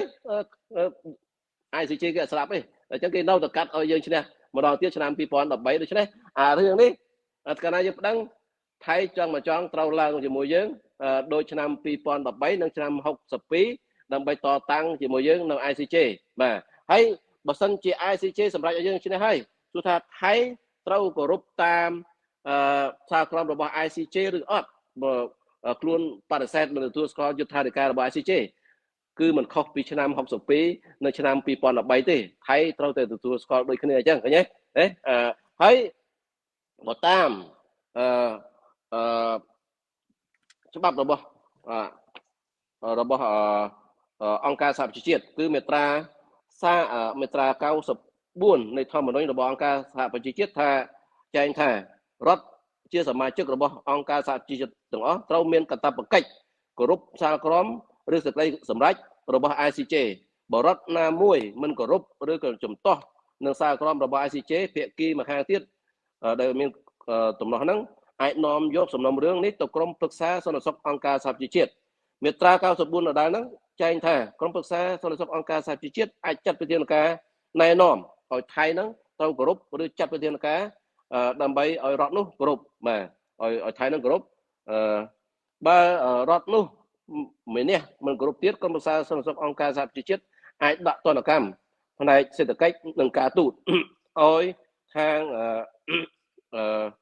ភាគីម្ខាងទៀតនឹងគោរពឬក៏ចាត់វិធានការផ្នែកយោធាតែម្ដងទៅលើរដ្ឋនោះណាហើយការសម្រេចរបស់ក្រុមប្រឹក្សាសន្តិសុខអង្គការសហប្រជាជាតិជាឯកច្ឆន្ទហ្នឹងមើលទៅថាសមាជិកទាំង5ដែលខ្ញុំបានរៀបរាប់ពីមុនហ្នឹងមានបារាំងអង់គ្លេសរុស្ស៊ីចិនហើយនិងអាមេរិកហ្នឹងបាទអត់មានមួយណាវេតូទេហ្នឹងទើបអាចសម្រេចបានណាហើយកាលណាគេសម្រេចហើយគឺថៃត្រូវតែគ្រប់តាមទេដូច្នេះគេមានសិទ្ធិបង្ខំតាមរយៈបើសិនជាថៃមិនគ្រប់ទៅតាមសាលក្រមរបស់ ICJ ទេគឺកម្ពុជាយើងប្តឹងថៃហ្នឹងទៅកាន់ក្រុមប្រឹក្សាសន្តិសុខអង្គការសហប្រជាជាតិដើម្បីឲ្យក្រុមប្រឹក្សាសន្តិសុខអង្គការសហប្រជាជាតិហ្នឹងដាក់សម្ពាធទៅលើថៃហ្នឹងតាមមាត្រា94នៃធម្មនុញ្ញអង្គការសហប្រជាជាតិដែលខ្ញុំបានរៀបរាប់មុនហ្នឹងបាទពេលហ្នឹងថៃត្រូវតែគ្រប់តាមហើយទីមួយទៀតយើងអាចប្តឹងទៅណាដឹងទៅអាស៊ានដើម្បីអាស៊ានឲ្យបង្ខំឲ្យថៃគោរពទៅតាមសាលក្រមរបស់ ICJ ហើយមួយទៀតយើងអាចប្តឹងទៅណាដឹងទៅសហប្រធាននៃកិច្ចព្រមព្រៀងសន្តិភាពទីក្រុងប៉ារីសឆ្នាំ1991ដែលមានឥណ្ឌូនេស៊ីនិងបារាំងជាប្រទេសជាសហប្រធានហ្នឹងនៃកិច្ចព្រមព្រៀងហ្នឹងហើយថៃក៏ជាប្រទេសហត្ថលេខីនៃកិច្ចព្រមព្រៀងសន្តិភាពទីក្រុងប៉ារីសឆ្នាំ1991ដូច្នេះឲ្យ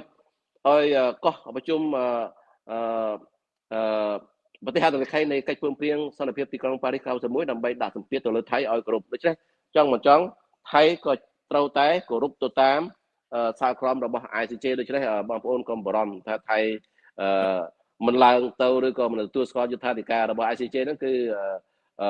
មិនអាចទៅរួចនោះទេដោយសារមូលហេតុដែលខ្ញុំរៀបរាប់មិញបងរីកេចង់មានយោបល់អី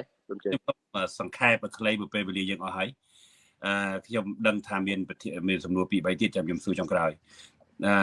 រដ្ឋាភិបាលលោកហ៊ុនម៉ាណែតអាចធ្វើករណីនេះ4ចំណុចទី1ប្តឹងទៅអាស៊ានដែលមានម៉ាឡេស៊ីជាប្រធានអាស៊ានហ្នឹងដោយបើលោកបានលើកពីដើមទី2ប្តឹងទៅក្រុមប្រឹក្សាសន្តិសុខនៃអង្គការសហប្រជាជាតិហៅថា UNSC ហើយទី3អាចប្តឹងទៅប្រធានសហប្រធាននៃសន្ធិសញ្ញាក្រុងប៉ារីសនិងចុងបញ្ចប់អាចត្រូវតែប្តឹងទៅតុលាការ ICJ នេះជាចំណុចសំខាន់ណាបងប្អូនដែលយើងទាំងដឹងថារដ្ឋាភិបាលមានជំរើសហើយសំណួរសួរថាហើយចុះហេតុអីក៏ថៃខ្លាចកម្ពុជាដាក់ពាក្យបណ្ដឹងទៅ ICJ នឹងម្លេះបាទសំណួរសំខាន់ចាំឆ្លើយបាទមិនបាច់ចាំអធិប្បាយវែងឆ្ងាយខ្ញុំសូមពេលវេលាយើងវាអស់ហេតុម៉េចក៏ថៃខ្លាចម្លេះបើសិនបើសូមបន្តចំណុចហ្នឹងតិចមកខ្ញុំឆ្លើយសំណួរហ្នឹងបាទយើងអាចសំណួរប្រហែលទៀតដែលយើងគ្រោងហ្នឹងឬវីដេអូហ្នឹងយើងអាចលុបចោលក៏បានដែរអត់សំខាន់ទេណាយើងអាចបញ្ចប់រឿង ICJ នេះឲ្យចប់ទៅបាទយើងដឹងថារដ្ឋាភិបាលថៃគម្រាមដដែលហើយសូមឲ្យរដ្ឋាភិបាលខ្មែរកុំចោះចាញ់កុំចោះញោមកុំញញើតនឹងការគម្រាមកំហែងនឹងឲ្យសោះប្រសិនបើថៃវាយខ្មែរនៅក្នុងករណីដែលខ្មែររកយុត្តិធម៌ជូនខ្លួនឯងនិងឲ្យអន្តរជាតិទទួលស្គាល់ពីរឿងព្រំដែនដីគោកនិងព្រំដែនដីទឹកហើយថៃគេមកសម្លុតនៅក្នុងនាមជាសមាជិកនៃអង្គការសហប្រជាជាតិផងហើយនៅក្នុងនាមជាអ្នកដែលយល់ព្រមជាមួយចូលជាសមាជិករបស់ ICJ នឹងផងហើយមកធ្វើបែបហ្នឹងនិយាយខ្លីមកធ្វើបែបអ្នកទន់ខ្សោយទូស្គាល់ថាយើងទន់ខ្សោយដោយសារតែយើងមិនមានប្រជាពលរដ្ឋច្រើនដូចគេដល់ទៅ70ផ្លាយលានអ្នកជិត80លានអ្នកនឹងទេឬក៏ខាងយួននោះដល់ទៅ100លានអ្នកហើយយើងមានតែ17លានហើយចំណែកហើយខាងអាវុធយុទ្ធភ័ណ្ឌមិនទំនើបដូចគេដែរហើយយើងបានច្បាប់មកគាំពៀយើងអញ្ចឹងខ្ញុំយល់ថាអត់មានអីជំរើសឯក្រៅអំពីដាក់ពាក្យបណ្ដឹងនឹងទេបើមិនអញ្ចឹងទេបញ្ហានេះអត់ចប់អត់ហើយទេយើងអត់ចង់ឃើញកូនខ្មែរយើងទទួលនៅធម៌បាក់ទៅអនាគតទេបាទសូមអញ្ជើញលោកអ៊ុំសម្បត្តិបកស្រាយសង្ខេបមកឲ្យតកតងនឹងរឿងហេតុអ្វីបានជាថៃខ្លាចតុលាការ ICJ នឹងម្លេះ មូលហេតុដែលថៃខ្លាច ICJ តាំងពីឆ្នាំ60មកព្រោះកម្ពុជាប្តឹងថៃតាំងពីឆ្នាំ1959ណាដល់ឆ្នាំ62បាន ICJ កាត់ឲ្យយើងជ្រះក្តីហើយឆ្នាំ60ថៃដឹងយើងប្តឹងមួយឆ្នាំក្រោយមកថៃដឹងខ្លួនថាចាញ់ក្តីយើងភាសាប្រភេទប្រកាសអត់ទទួលស្គាល់យុត្ថាធិការរបស់ ICJ តាំងឆ្នាំ60វិញដូច្នេះឥឡូវនេះមកខ្លាចទៀតហើយបាទហើយខ្ញុំលើកខាងផ្លេចរឿងករណីកោះគុតហើយនឹងតំបន់សមុទ្រទូស៊ីគ្នាបើតាមសន្ធិសញ្ញាប្រាំងសៀមហើយនឹងផែនទីសន្ធិសញ្ញាប្រាំងសៀមឆ្នាំ1907ហើយនឹងផែនទីឧបសម្ព័ន្ធក៏ដូចតាមច្បាប់សម្បត្តិ UN ខ្លួនគឺកោះគុតយ៉ាងហោចពាក់កណ្ដាលជារបស់យើងអញ្ចឹងបានថាជំរុញឲ្យលោកហ៊ុនម៉ាណែតប្តឹងទៅជាមួយព្រំដែនគោកហើយនឹងដែនសមុទ្រទូស៊ីគ្នាហ្នឹងបើតាមច្បាប់សមុទ្រក៏ជារបស់យើងដែរអញ្ចឹងមូលហេតុហ្នឹងបើសិនជាយើងប្តឹងថៃទៅកាន់តុលាការអន្តរជាតិថៃនឹងប្រកាសដូចសពថ្ងៃអញ្ចឹងថាអត់ទទួលស្គាល់យុត្ថាធិការរបស់ ICJ តាំងឆ្នាំ60គឺអត់ឡើងជាមួយទេរឿងកោះគុតរឿងដែនសមុទ្រទូស៊ីគ្នាប៉ុន្តែរដ្ឋាភិបាលត្រូវប្តឹងព្រោះថៃប្រើផែនទីคล้ายៗដែលគូដោយខ្លួនឯងឆ្នាំ73ដើម្បីយកដែនសមុទ្រខ្មែរយើងនៅកោះគុតដូច្នេះរឿងហ្នឹងត្រូវតែដាក់ប្តឹងជាមួយគ្នាបាទលើចំណុចហ្នឹងបងប្អូនជនរួមជាតិគូពិចារណាត្រង់នេះថាប្រសិនបើថៃហ៊ានវាយខ្មែរដោយសារតែខ្មែរយកករណីហ្នឹងទៅប្តឹងតុលាការអន្តរជាតិដែលជាអ្នកមើលការខុសត្រូវលើសមាជិករបស់ខ្លួនទូទាំងពិភពលោកហ្នឹងអាហ្នឹងឲ្យវាល្អមើលទៅបាទគេនឹងច្បាស់ឃើញក្តែងថាថៃរំលោភនៅមាត្រានៃអង្គការសហជីវជាតិផងនិងរំលោភបំពានទៅលើបូរណភាពទឹកដីកម្ពុជាផងដូច្នេះបងប្អូនអត់គួរខ្លាចទេហើយនៅទី2ខ្ញុំសូមឲ្យរដ្ឋាភិបាលលោកហ៊ុនម៉ាណែតនឹងជាមួយលោកហ៊ុនសែនគិតគូមែនទេក្នុងរឿងករណីកោះត្រល់ពីព្រោះអីយើងដឹងហើយតែប្តឹងនៅតុលាការប្រហែលជាលោកអ៊ុំសំអានលើកមកពីដើមទីមិញនេះមិនប្រហែលលើកមកពីដើមទីមិញដែរតើតើនឹងករណីហ្នឹងយើងអត់គួរខ្លាចទេពីព្រោះអីប្រកាសថាយើងប្តឹងថៃទៅតុលាការ ICJ វាច្បាស់ជាមានជាប់ទៅរឿងកោះត្រល់រឿងផ្ទៃសមុទ្រយើងដល់ទៅ 40000 គីឡូម៉ែត្រការ៉េមិនតិចទេច្រើនណាស់បាទ 40000 គីឡូម៉ែត្រការ៉េធំហើយនឹងរួមទាំងកោះត្រល់ថែមទៀតហើយនឹងព្រំបកគោលព្រំដែនដែលបានបោះទៅដល់ 84% ទៅហើយទៀតតែយួនគេយកឬក៏វៀតណាមនេះគេយកផែនទីមួយណាទៅគូនឹងឯថៃនេះយកផែនទីមួយណាទៅគូនឹងបាទអានេះវាសុទ្ធជារឿងដែលមិនទិលសង្ស័យទាំងស្រុងវាច្បាស់លាស់សោះអញ្ចឹងយើងសូមឲ្យតុលាការអន្តរជាតិនេះបញ្ជាក់អំពីយន្តការដែលយកទៅប្រើនៅសល់តែ 16% ទៀតនេះបង្គ្រប់ហើយថ្មីនេះប្រកាសពីថ្ងៃទី4ថ្ងៃពុធទី4នេះមន្ត្រីក្រសួងការពារជាតិអនុមន្ត្រីក្រសួងការពារជាតិនឹងបានមកប្រទេសថាកម្ពុជាហើយហ៊ុនសែនបានស្នើសុំឲ្យគេបោះបកគោលព្រំដែនបង្គ្រប់អានេះជារឿងមួយដែលមិនត្រូវមានទាល់តែសោះពីព្រោះបកគោលព្រំដែនយកតាមផែនទីអីអានេះខាងផ្នែកភាគីយួនយើងដឹងហើយថាមិនចង់ច្បាំងសង្គ្រាមពីនៅពេលតែមួយទេប៉ុន្តែវាមិនជាសង្គ្រាមទេយើងក៏ដាក់ពាក្យស្នើសុំទៅតុលាការជាតិជួយប្តឹងឲ្យគេជួយរកយុត្តិធម៌ឲ្យតាដូច្នេះខាងភាគីថៃក៏មិនដឹងថាយកផែនទីអីដែរអញ្ចឹងខ្មែរអត់ទាន់ច្បាស់ដល់ឡើយមកទល់នឹងពេលនេះទោះបីថៃបានបោះបកគោលព្រំដែន 40% បកគោលហើយក្តីប៉ុន្តែយើងក៏សូមឲ្យគេតាផ្អាកទាំងអស់នឹងសិនទៅបើអាចធ្វើបានថាលោកអ៊ុំសំអានសូមបញ្ចប់សូមបិទកម្មវិធីខ្ញុំសូមបន្ថែមបងរីកបន្តិចគឺអនុរដ្ឋមន្ត្រីក្រសួងការពារជាតិថៃហ្នឹងមកកម្ពុជាហ្នឹងហើយលោកហ៊ុនសែនស្នើឲ្យបោះបកគោលពន្លឿនសល់ 16% ហ្នឹងខ្ញុំយល់ថាមិនគួរបោះបាទខាងយួនអនុរដ្ឋមន្ត្រីក្រសួងការពារជាតិយួនហ្នឹងវៀតណាមហ្នឹងស្នើបានជួបជាមួយលោកសែនហើយលោកសែនថាចង់ពន្លឿនការបោះបកគោលសល់ 16% ហ្នឹងមិនគួរបោះបកគោលបញ្ចប់ 16% ជាមួយវៀតណាមទេទៅប្តឹងករណី 16% ហ្នឹងទៅតុលាការយុត្តិធម៌អន្តរជាតិ ICJ ដូចជាមួយថៃហ៊ានធ្វើជាមួយថៃរឿងអីជាមួយយួនអត់មានធ្វើអញ្ចឹងគេគាត់ថាហ៊ានធ្វើមានថាគេចោទលោកហ៊ុនសែនហ្នឹងថាដឹងគុណយួនជាពាក់គុណយួនអត់ហ៊ានជាមួយយួនហ៊ានតែជាមួយថៃតែលោកលំសមានថៃបានគម្រាមម្ដងរួចហើយដែរថាបើសិនបើទាមទារកោះគុតអ្នកឯងត្រូវទៅយកប្តឹងយកកោះត្រល់សិនទៅឥឡូវយើងដឹងទាំងអស់បាទដូច្នេះទៅប្តឹងទៅដូចគ្នារឿង 16% ហ្នឹងឲ្យទៅលុបចោលសន្ធិសញ្ញា បំពេញបន្ថែមឆ្នាំ2005ដែលយកតាមនីតិសញ្ញាឆ្នាំ1985ហ្នឹងសិនទើបប្តឹងបើសិនជាបោះបង្គោលបន្ថែមទៀតគឺយកតាមនីតិសញ្ញាដែលយួនធ្វើឲ្យយើងឆ្នាំ85ហ្នឹងអញ្ចឹងវាបំបត្តិដីខ្មែរយើងទៀតអញ្ចឹងមានថា16%ហ្នឹងដូចជាការកាត់ដីឲ្យយួនបន្ថែមទៀតទៅលើអា84%របស់បង្គោលកន្លងមកដែលធ្វើបាត់ដីខ្មែរយើងឃើញទេដូច្នេះអត់ត្រូវបោះបង្គោលទៅតាមនីតិសញ្ញាខុសច្បាប់ហ្នឹងទេត្រូវលុបចោលនីតិសញ្ញាខុសច្បាប់ហ្នឹងហើយប្តឹងថៃសំទោសប្តឹងវៀតណាមទៅកាន់តុលាការអន្តរជាតិដូចគ្នាត្រឡប់មកពាក្យរឿងថៃនេះបាទមូលហេតុនេះបានជាថៃអត់ហ៊ានឡើងជាមួយយើងទៅកាន់តុលាការយុត្តិធម៌អន្តរជាតិ ICJ ដោយសារថៃបានប្រើផែនទីคล้ายផែនទីคล้ายហ្នឹងគឺផែនទីដែលគូសដោយខ្លួនឯងដែលថៃគឺរដ្ឋមន្ត្រីការពារជាតិថៃឈ្មោះ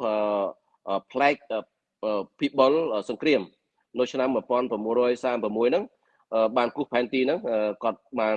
តែងតាំងជារដ្ឋមន្ត្រីដល់ឆ្នាំ34បាទហើយគាត់ហ្នឹងហើយដែលជាអ្នកបង្កើតខ្មែរឥស្សរៈរួមដៃជាមួយវៀតមិញបំផ្លាញខ្មែរយើងហើយក្រោយរដ្ឋបហាយោធាឆ្នាំ1947គឺ Flag People សង្គ្រាមហ្នឹងបានដាក់បញ្ចូលផែនទីនេះនៅក្នុងកម្មវិធីសិក្សានៅផ្សព្វផ្សាយយ៉ាងទូលំទូលាយបណ្ដោះគំនិតជាតិនិយមឲ្យជនជាតិថៃហ្នឹងកូនថៃហ្នឹងឈ្លានពានទឹកដីខ្មែរយើងបាទហើយផែនទីហ្នឹងគឺជាផែនទីនេះផែនទីនេះផែនទីដែលថៃគេគូសគឺផែនមិនមែនជាផែនទីបារាំងនេះគឺផែនទីនេះគឺផែនទីຂະຫນາດ1លើ50ពាន់លេខ L 7017ហើយមួយទៀត L 70 16បាទដែលផលិតនៅឆ្នាំតាំងពីឆ្នាំ36ប៉ុន្តែគេអាប់ដេតនៅផលិតនៅឆ្នាំ84ម្ដងហ្នឹងនៅ71ម្ដងទៀតបាទអាហ្នឹងហើយផែនទីហ្នឹងគឺជាផែនទីគេហៅថាផែនទីចោលរំលោភយកដីយើងហើយដូចជានៅភ្នំត្របនេះភ្នំត្របហ្នឹងគឺថៃបានចូលកាន់កាប់ឆ្នាំ2011តំបន់ប្រជិតប្រាសាទព្រះវិហារនេះផែនទីហ្នឹងគឺផែនទីរបស់ UN នេះបាទនៅខាងនេះសំទោស UN នេះផែនទីបារាំងនៅខាងនេះប៉ុន្តែផែនទីដែលតំបន់នេះគេហៅថាតំបន់ដែលគេហៅថៃថាតវ៉ា 4.6 គីឡូម៉ែត្រការ៉េជិតតំបន់ព្រះវិហារនេះនោះផែនទីគឺយកផែនទីនេះស្មើលើផែនទីនេះបានថៃឆ្នាំ2008ហ្នឹងអភិសិទ្ធហ្នឹងទាមទារតំបន់ចិត្តប្រាសាទព្រះវិហារដែលថាតំបន់ទូស៊ីគ្នាហ្នឹងបាទតែពិតដីយើងទេបាទស្មើលើផែនទីហ្នឹងបាទហើយមួយទៀតនេះបើតាមផែនទីរបស់អង្គការសហប្រជាជាតិនេះសំទោសរបស់អង្គការសហប្រជាជាតិរបស់បារាំងបាទរបស់បារាំងនេះផែនទីរបស់បារាំងគឺតំបន់ដែលថាចុចតំបន់ 4.6 គីឡូម៉ែត្រការ៉េហ្នឹងគឺស្ថិតនៅលើដីយើងនេះខ្សែព្រំដែននេះខ្សែព្រំដែនរបស់ផែនទីបារាំងប្រាសាទព្រះវិហារនៅនេះប្រាសាទព្រះវិហារនេះភ្នំត្របនេះសប្តាហ៍ថៃយកបាត់ហើយបាទយើងដកតបចេញនេះវត្តសុខាគិរីស្វារៈបាទនេះនៅនេះបាទដូច្នេះអានេះមិនផែនទីរបស់បារាំងបាទហើយដែលមេតបថៃដែលប្រើថាប្រាសាទតំនធំប្រាសាទតំនតូចនេះមេតបថៃនេះថាប្រាសាទតំនតូចប្រាសាទតំនធំប្រាសាទតាកបីនោះជាពិសេសប្រាសាទតំនធំជារបស់កម្ពុជានោះគឺមេតបប៊ុនស៊ីនហ្នឹងឯងមេភូមិភាគទី2បាទហើយនេះដែលគេបង្ហាញផែនទីនេះគឺដែលកូនចៅរបស់ប៊ុនស៊ីនហ្នឹងបង្ហាញផែនទីនេះគឺផែនទីរបស់ថៃគូសឆ្នាំដែលគូសដែលថៃគូសពីឆ្នាំ36ហ្នឹងហើយផែនទីហ្នឹងគឺຂະຫນາດ1លើ50ពាន់ណាផែនទីនេះហើយផែនទីហ្នឹងគឺបញ្ជាក់ថាប្រាសាទតំនតូចប្រាសាទតំនធំប្រាសាទតាកបីហើយនឹងទឹកដីមួយចំនួនហ្នឹងបូកនឹងមុំ3ដែរស្ថិតនៅក្នុងទឹកដីថៃនេះផែនទីគេបង្ហាញផែនទីនេះបាទខ្ញុំសូមបញ្ចប់តិចបាទសំខាន់បាទនេះចំណុចមុំ3ឃើញទេចំណុចមុំ3ឃើញស្ថិតនៅក្នុងដីថៃបើតាមផែនទីរបស់ថៃឃើញទេបាទហើយចំណុចនេះទៀតនេះផែនទីអានោះគឺផែនទីរបស់ថៃនេះស្ថិតនៅក្នុងទឹកដីថៃចំណុចមុំ3ឬក៏ ថៃថាចុងបូកក៏ប៉ុន្តែបើតាមឯកសាររបស់កម្ពុជាគឺស្ថិតនៅក្នុងទឹកដីយើងទេបាទអត់មាននេះមុំបីស្ថិតនៅលើដីយើងទេឃើញទេហើយបើតាមផែនទី Google ក៏ស្ថិតនៅលើដីយើងដែរនេះថៃថាចុងបូកហ្នឹងឬខ្មែរយើងមុំបីហ្នឹងឃើញទេនេះខ្សែព្រំដែននៅនេះឃើញទេស្ថិតនៅលើដីយើងប្រហែលជា500 ម៉ែត្រទៅ1គីឡូដីបាទហើយនៅច្រកអង្គសេះបើតាមផែនទីបារាំងក៏ស្ថិតនៅលើដីយើងដែរតំបន់ច្រកអង្គសេះថែនេះផែនទី Google ប៉ុន្តែថៃគូសយកតាមផែនទីដែលគូសខ្លួនឯងហ្នឹងហើយបានជាថៃអត់ហ៊ានឡើងទៅកាន់តុលាការ ICJ បាទហើយដល់ខ្មែរយើងប្រើផែនទីអីនេះប្រើផែនទីនេះខ្មែរយើងប្រើផែនទីនេះទីបារាំងគឺផែនទីបារាំងនេះគឺជាផែនទីដែលលោកឡាំជារដ្ឋមន្ត្រីទទួលបន្ទុកកិច្ចការព្រំដែនហ្នឹងបានបង្ហាញកាលពីឆ្នាំ2011គឺខ្សែព្រំដែននៅនេះឃើញទេខ្សែព្រំដែនផែនទីបារាំងគឺຂະຫນາດ1 លើ 200,000 ហើយផលិតនៅឆ្នាំ1908ដែលជាផែនទីឧបសម្ព័ន្ធភ្ជាប់ទីបារាំងសៀមឆ្នាំ1907ផែនទីនេះណាហើយបញ្ជាក់ថាប្រាសាទតាម៉ុនធំប្រាសាទតាម៉ុនតូចប្រាសាទតាកបីស្ថិតនៅលើដីយើងឃើញទេអញ្ចឹងបើផែនទីរបស់ថៃបញ្ជាក់ថាប្រាសាទទាំង3ហ្នឹងស្ថិតនៅលើដីថៃតំបន់មុំបីបញ្ជាក់ថានៅលើដីថៃបើតាមផែនទីថៃប៉ុន្តែតាមផែនទីបារាំងគឺស្ថិតនៅលើដីយើងនេះផែនទីបារាំងដែរដែលຂະຫນາດ1 លើ 200,000 ដែលខ្ញុំបានទៅយកនៅអាមេរិកបាទគឺឆ្នាំ2015ឃើញទេផែនទីអស់ហ្នឹងគឺបញ្ជាក់ថានេះផែនទីហ្នឹងមានចំនួន18ផ្ទាំងបាទផែនទីបារាំងហ្នឹងណាបាទអាហ្នឹងបង្កល់នៅវិទ្យាស្ថាន IGN របស់បារាំងនៅប្រទេសបារាំងក៏មានដែរបាទហើយផែនទីនេះខ្ញុំបង្ហាញខ្ញុំបានទៅយកផ្ទាល់គឺផែនទីហ្នឹងគឺផែនទីបារាំងមានចំនួន18ផ្ទាំងបាទខ្ញុំបានទៅមើលឃើញគឺផែនទីហ្នឹងគឺបញ្ជាក់ថាប្រាសាទទាំង3តំបន់មុំ3ហ្នឹងគឺស្ថិតនៅលើដីរបស់យើងតាមផែនទីបារាំងហើយថៃទៅប្រើផែនទីคล้ายៗហ្នឹងហើយទៅជាបានជាថៃមិនហ៊ានឡើងទៅកាន់តុលាការអន្តរជាតិហើយបើតាមច្បាប់អន្តរជាតិបាទបើតាមច្បាប់អន្តរជាតិគឺថាគេប្រើគេហៅថាគោលការណ៍ oiti possibilities គោលការណ៍នៃគោលការណ៍ព្រំដែនមិនកែប្រែហើយនឹងគោលការណ៍ព្រំដែនមិនកែប្រែហ្នឹងខ្ល้ายទៅជាច្បាប់នៅគេហៅថាអនុសញ្ញាទីក្រុងប៊ីយ៉ែនឆ្នាំ1969ស្ដីពីនីតិសន្ធិសញ្ញាមាត្រា62ចំណុច 2A ហ្នឹងបានបញ្ជាក់ថាគេតម្រូវឲ្យយកមរតករបស់អាណានិគមយកមកដោះស្រាយព្រំដែនដើម្បីឲ្យមានសន្តិភាពពិភពលោកកុំឲ្យមានសង្គ្រាមហ្នឹងណាបាទគេតម្រូវឲ្យយកមរតករបស់អាណានិគមហើយយើងស្ថិតនៅក្រោមមរតករបស់បារាំងត្រូវយកមរតករបស់បារាំងអញ្ចឹងហើយបានជានៅពេលដែលកម្ពុជាប្តឹងទៅ ICJ ឆ្នាំ62ហ្នឹងឆ្នាំ59ហើយ62គេកាត់ក្តីហ្នឹងគឺ ICJ បានយកផែនទីឧបសម្ព័ន្ធភ្ជាប់សន្ធិសញ្ញាបារាំងសៀមឆ្នាំ1904បាទករណីប្រាសាទព្រះវិហារហើយផែនទីនោះផលិតឆ្នាំ2000សំទោសឆ្នាំ1908គេអត់យកផែនទីថៃហ្នឹងទេដូច្នេះពេលប្តឹងទៅ ICJ បើសិនជាថៃយកផែនទីដែលគូទៅខ្លួនឯងនេះថៃនឹងទទួលសពុតទៅហើយនឹងខ្មាស់គេហើយតុលាការចាំក្រមនឹងគេនឹងសើចឲ្យថៃហើយមិនយកផែនទីគូខ្លួនឯងមកឡើងមកតុលាការពិភពលោកអញ្ចឹងមូលហេតុទាំងអស់ហ្នឹងហើយបើជាថៃមិនហ៊ានឡើងទៅកាន់តុលាការអន្តរជាតិជាមួយយើងដឹងថាខ្លួនឯងគូផែនទីដើម្បីរំលោភយកដីខ្មែរយើងដោយមិនគោរពទៅតាមសន្ធិសញ្ញាបារាំងសៀមឆ្នាំ1904និង1907ហើយនៅផែនទីដែលបារាំងគេធ្វើចំនួន18ផ្ទាំងហ្នឹងនៅឆ្នាំ1908ដូច្នេះថៃដឹងខ្លួនឯងថាចាញ់កម្ពុជា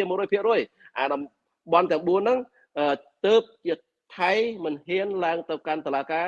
ICJ ហើយចង់ចរចាទ្វេភាគីដើម្បីមានអធិពលដើម្បីមានពីទៅលើកម្ពុជាបាទបងនេះគេចង់មានអីស្រាយសូមចេញតែប៉ុន្តែដោយសារពេលវេលាត្រង់នឹងហើយបានជាប្រជាពលរដ្ឋខ្មែររួមទាំង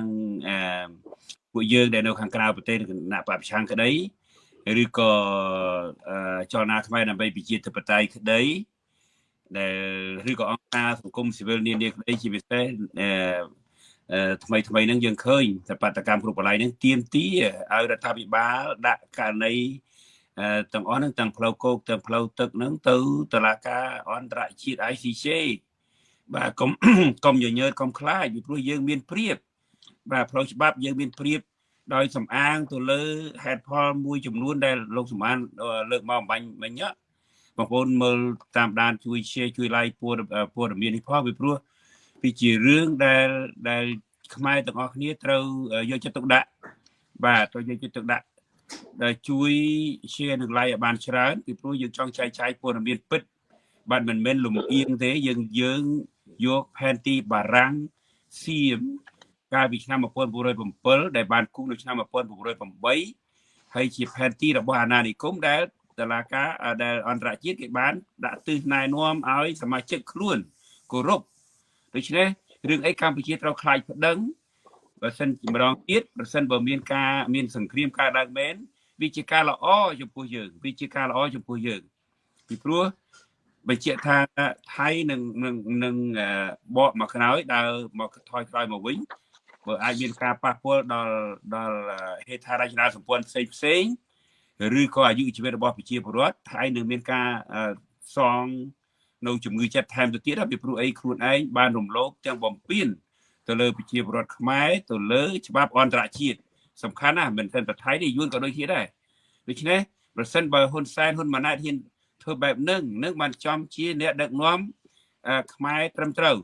បាទហើយនឹងធ្វើតាមបំណងប្រជាពលរដ្ឋដែលបានទទួលជាង1ឆ្នាំមកហើយបើជាខ្ញុំសូម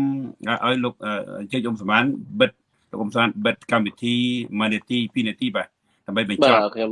សូមបញ្ចប់បន្តិចរឿងនេះក៏សំខាន់ដែរហេតុអីបានបាទខ្លី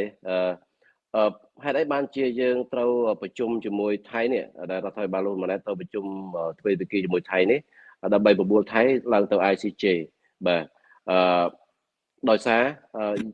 គឺមានបទពិសោធន៍កាលណាឡើងថៃព្រមឡើងជាមួយយើងជារឿងល្អប៉ុន្តែមិនឡើងជាមួយយើងក៏យើងត្រូវតែប្រឹងដែរប៉ុន្តែគាត់ថាវាមិនសូវជាល្អប្រហែលបាទល្អដែរបើថៃមិនឡើងពីព្រោះអីយើងបានប្រាប់យើងបានទៅជម្រាបទៅ ICJ ថាយើងបានព្យាយាមគ្រប់បែបយ៉ាងអស់ហើយ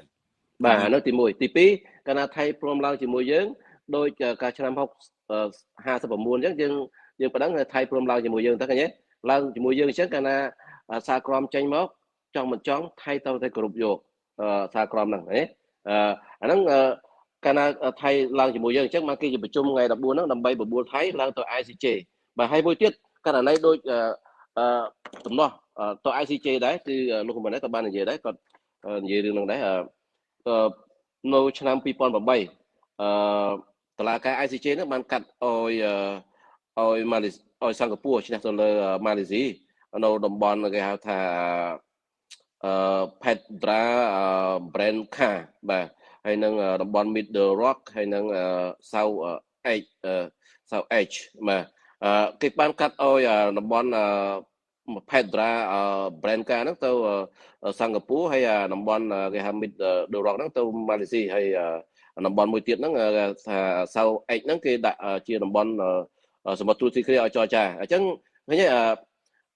ដោយសារពីរប្រទេសហ្នឹងឡើងទៅជាមួយគ្នាអញ្ចឹងគេនៅពេលដែលសហក្រមចេញមកគឺប្រទេសទាំងពីរហ្នឹងទៅគ្រប់តាមសហក្រមហ្នឹងអញ្ចឹងបទពិសោធន៍សិង្ហបុរីជាមួយម៉ាឡេស៊ីឆ្នាំ2008ដែលគេកាត់ក្តីហ្នឹង ICJ កាត់ក្តីហ្នឹងគឺដោយសារពីរភាគីហ្នឹងព្រមឡើងជាមួយគ្នាអញ្ចឹងបើឡើងជាមួយយើងវាល្អដូចរឿងម៉ាឡេស៊ីហើយនិងសិង្ហបុរីអញ្ចឹងហើយនឹងដូចឆ្នាំ62ដែលថៃព្រមឡើងជាមួយយើងប៉ុន្តែបើសិនជាថៃមិនឡើងវាអាចដោយករណីករណីហ្វីលីពីនជាមួយចិនកាលឆ្នាំ2016ហ្វីលីពីនឈ្នះក្តីទៅលើចិននៅតុលាការអាជ្ញាកណ្ដាលអន្តរជាតិPCA ក៏ប៉ុន្តែចិនអត់ព្រមឡើងទៅ PCA ជាមួយហ្វីលីពីនហើយបន្ទាប់ពីសារក្រមរបស់ PCA ហ្នឹងគឺចិនអត់គ្រប់ទៅតាមសារក្រមរបស់ PCA អញ្ចឹងតំបន់ថ្មប្រប៉ះទឹកស្កាប៊ូរូនៅសមុទ្រចិនខាងត្បូងហ្នឹងរហូតដល់សប្តាហ៍នេះគឺនៅតែចិនគ្រប់គ្រងមិនឲ្យបកគលមកឲ្យហ្វីលីពីនទេអញ្ចឹងកាលណាមិនឡើងទៅជាមួយគ្នាគឺវាអាចមិនទទួលស្គាល់សារក្រមរបស់តុលាការអន្តរជាតិហ្នឹងអញ្ចឹងបើឡើងជារឿងល្អប៉ុន្តែបើឡើងដូចខ្ញុំបានបញ្ជាក់ពីមុនហ្នឹងហើយបើសិនជា ICJ សម្រាប់ឲ្យយើងឈ្នះក្តីហើយគឺយើងអាចប្តឹងទៅក្រុមប្រឹក្សាសន្តិសុខអង្គការសហប្រជាជាតិទៅអាស៊ានទៅ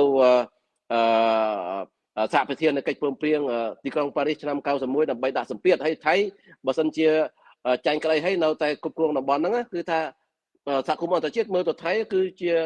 អ្នកឈ្លានពានកម្ពុជាដូចរុស្ស៊ីឈ្លានពានអ៊ុយក្រែនសពថ្ងៃអញ្ចឹងចង់ច្បាំងប្រើកម្លាំងដូចរុស្ស៊ីសពថ្ងៃដើម្បីយកដីខ្មែរអញ្ចឹងវាបាក់មុខនៅលើអន្តរជាតិពេលគេជួបថៃគឺគេឲ្យតម្លៃថៃទេបាទអាហ្នឹងមូលហេតុហ្នឹងហើយទៅ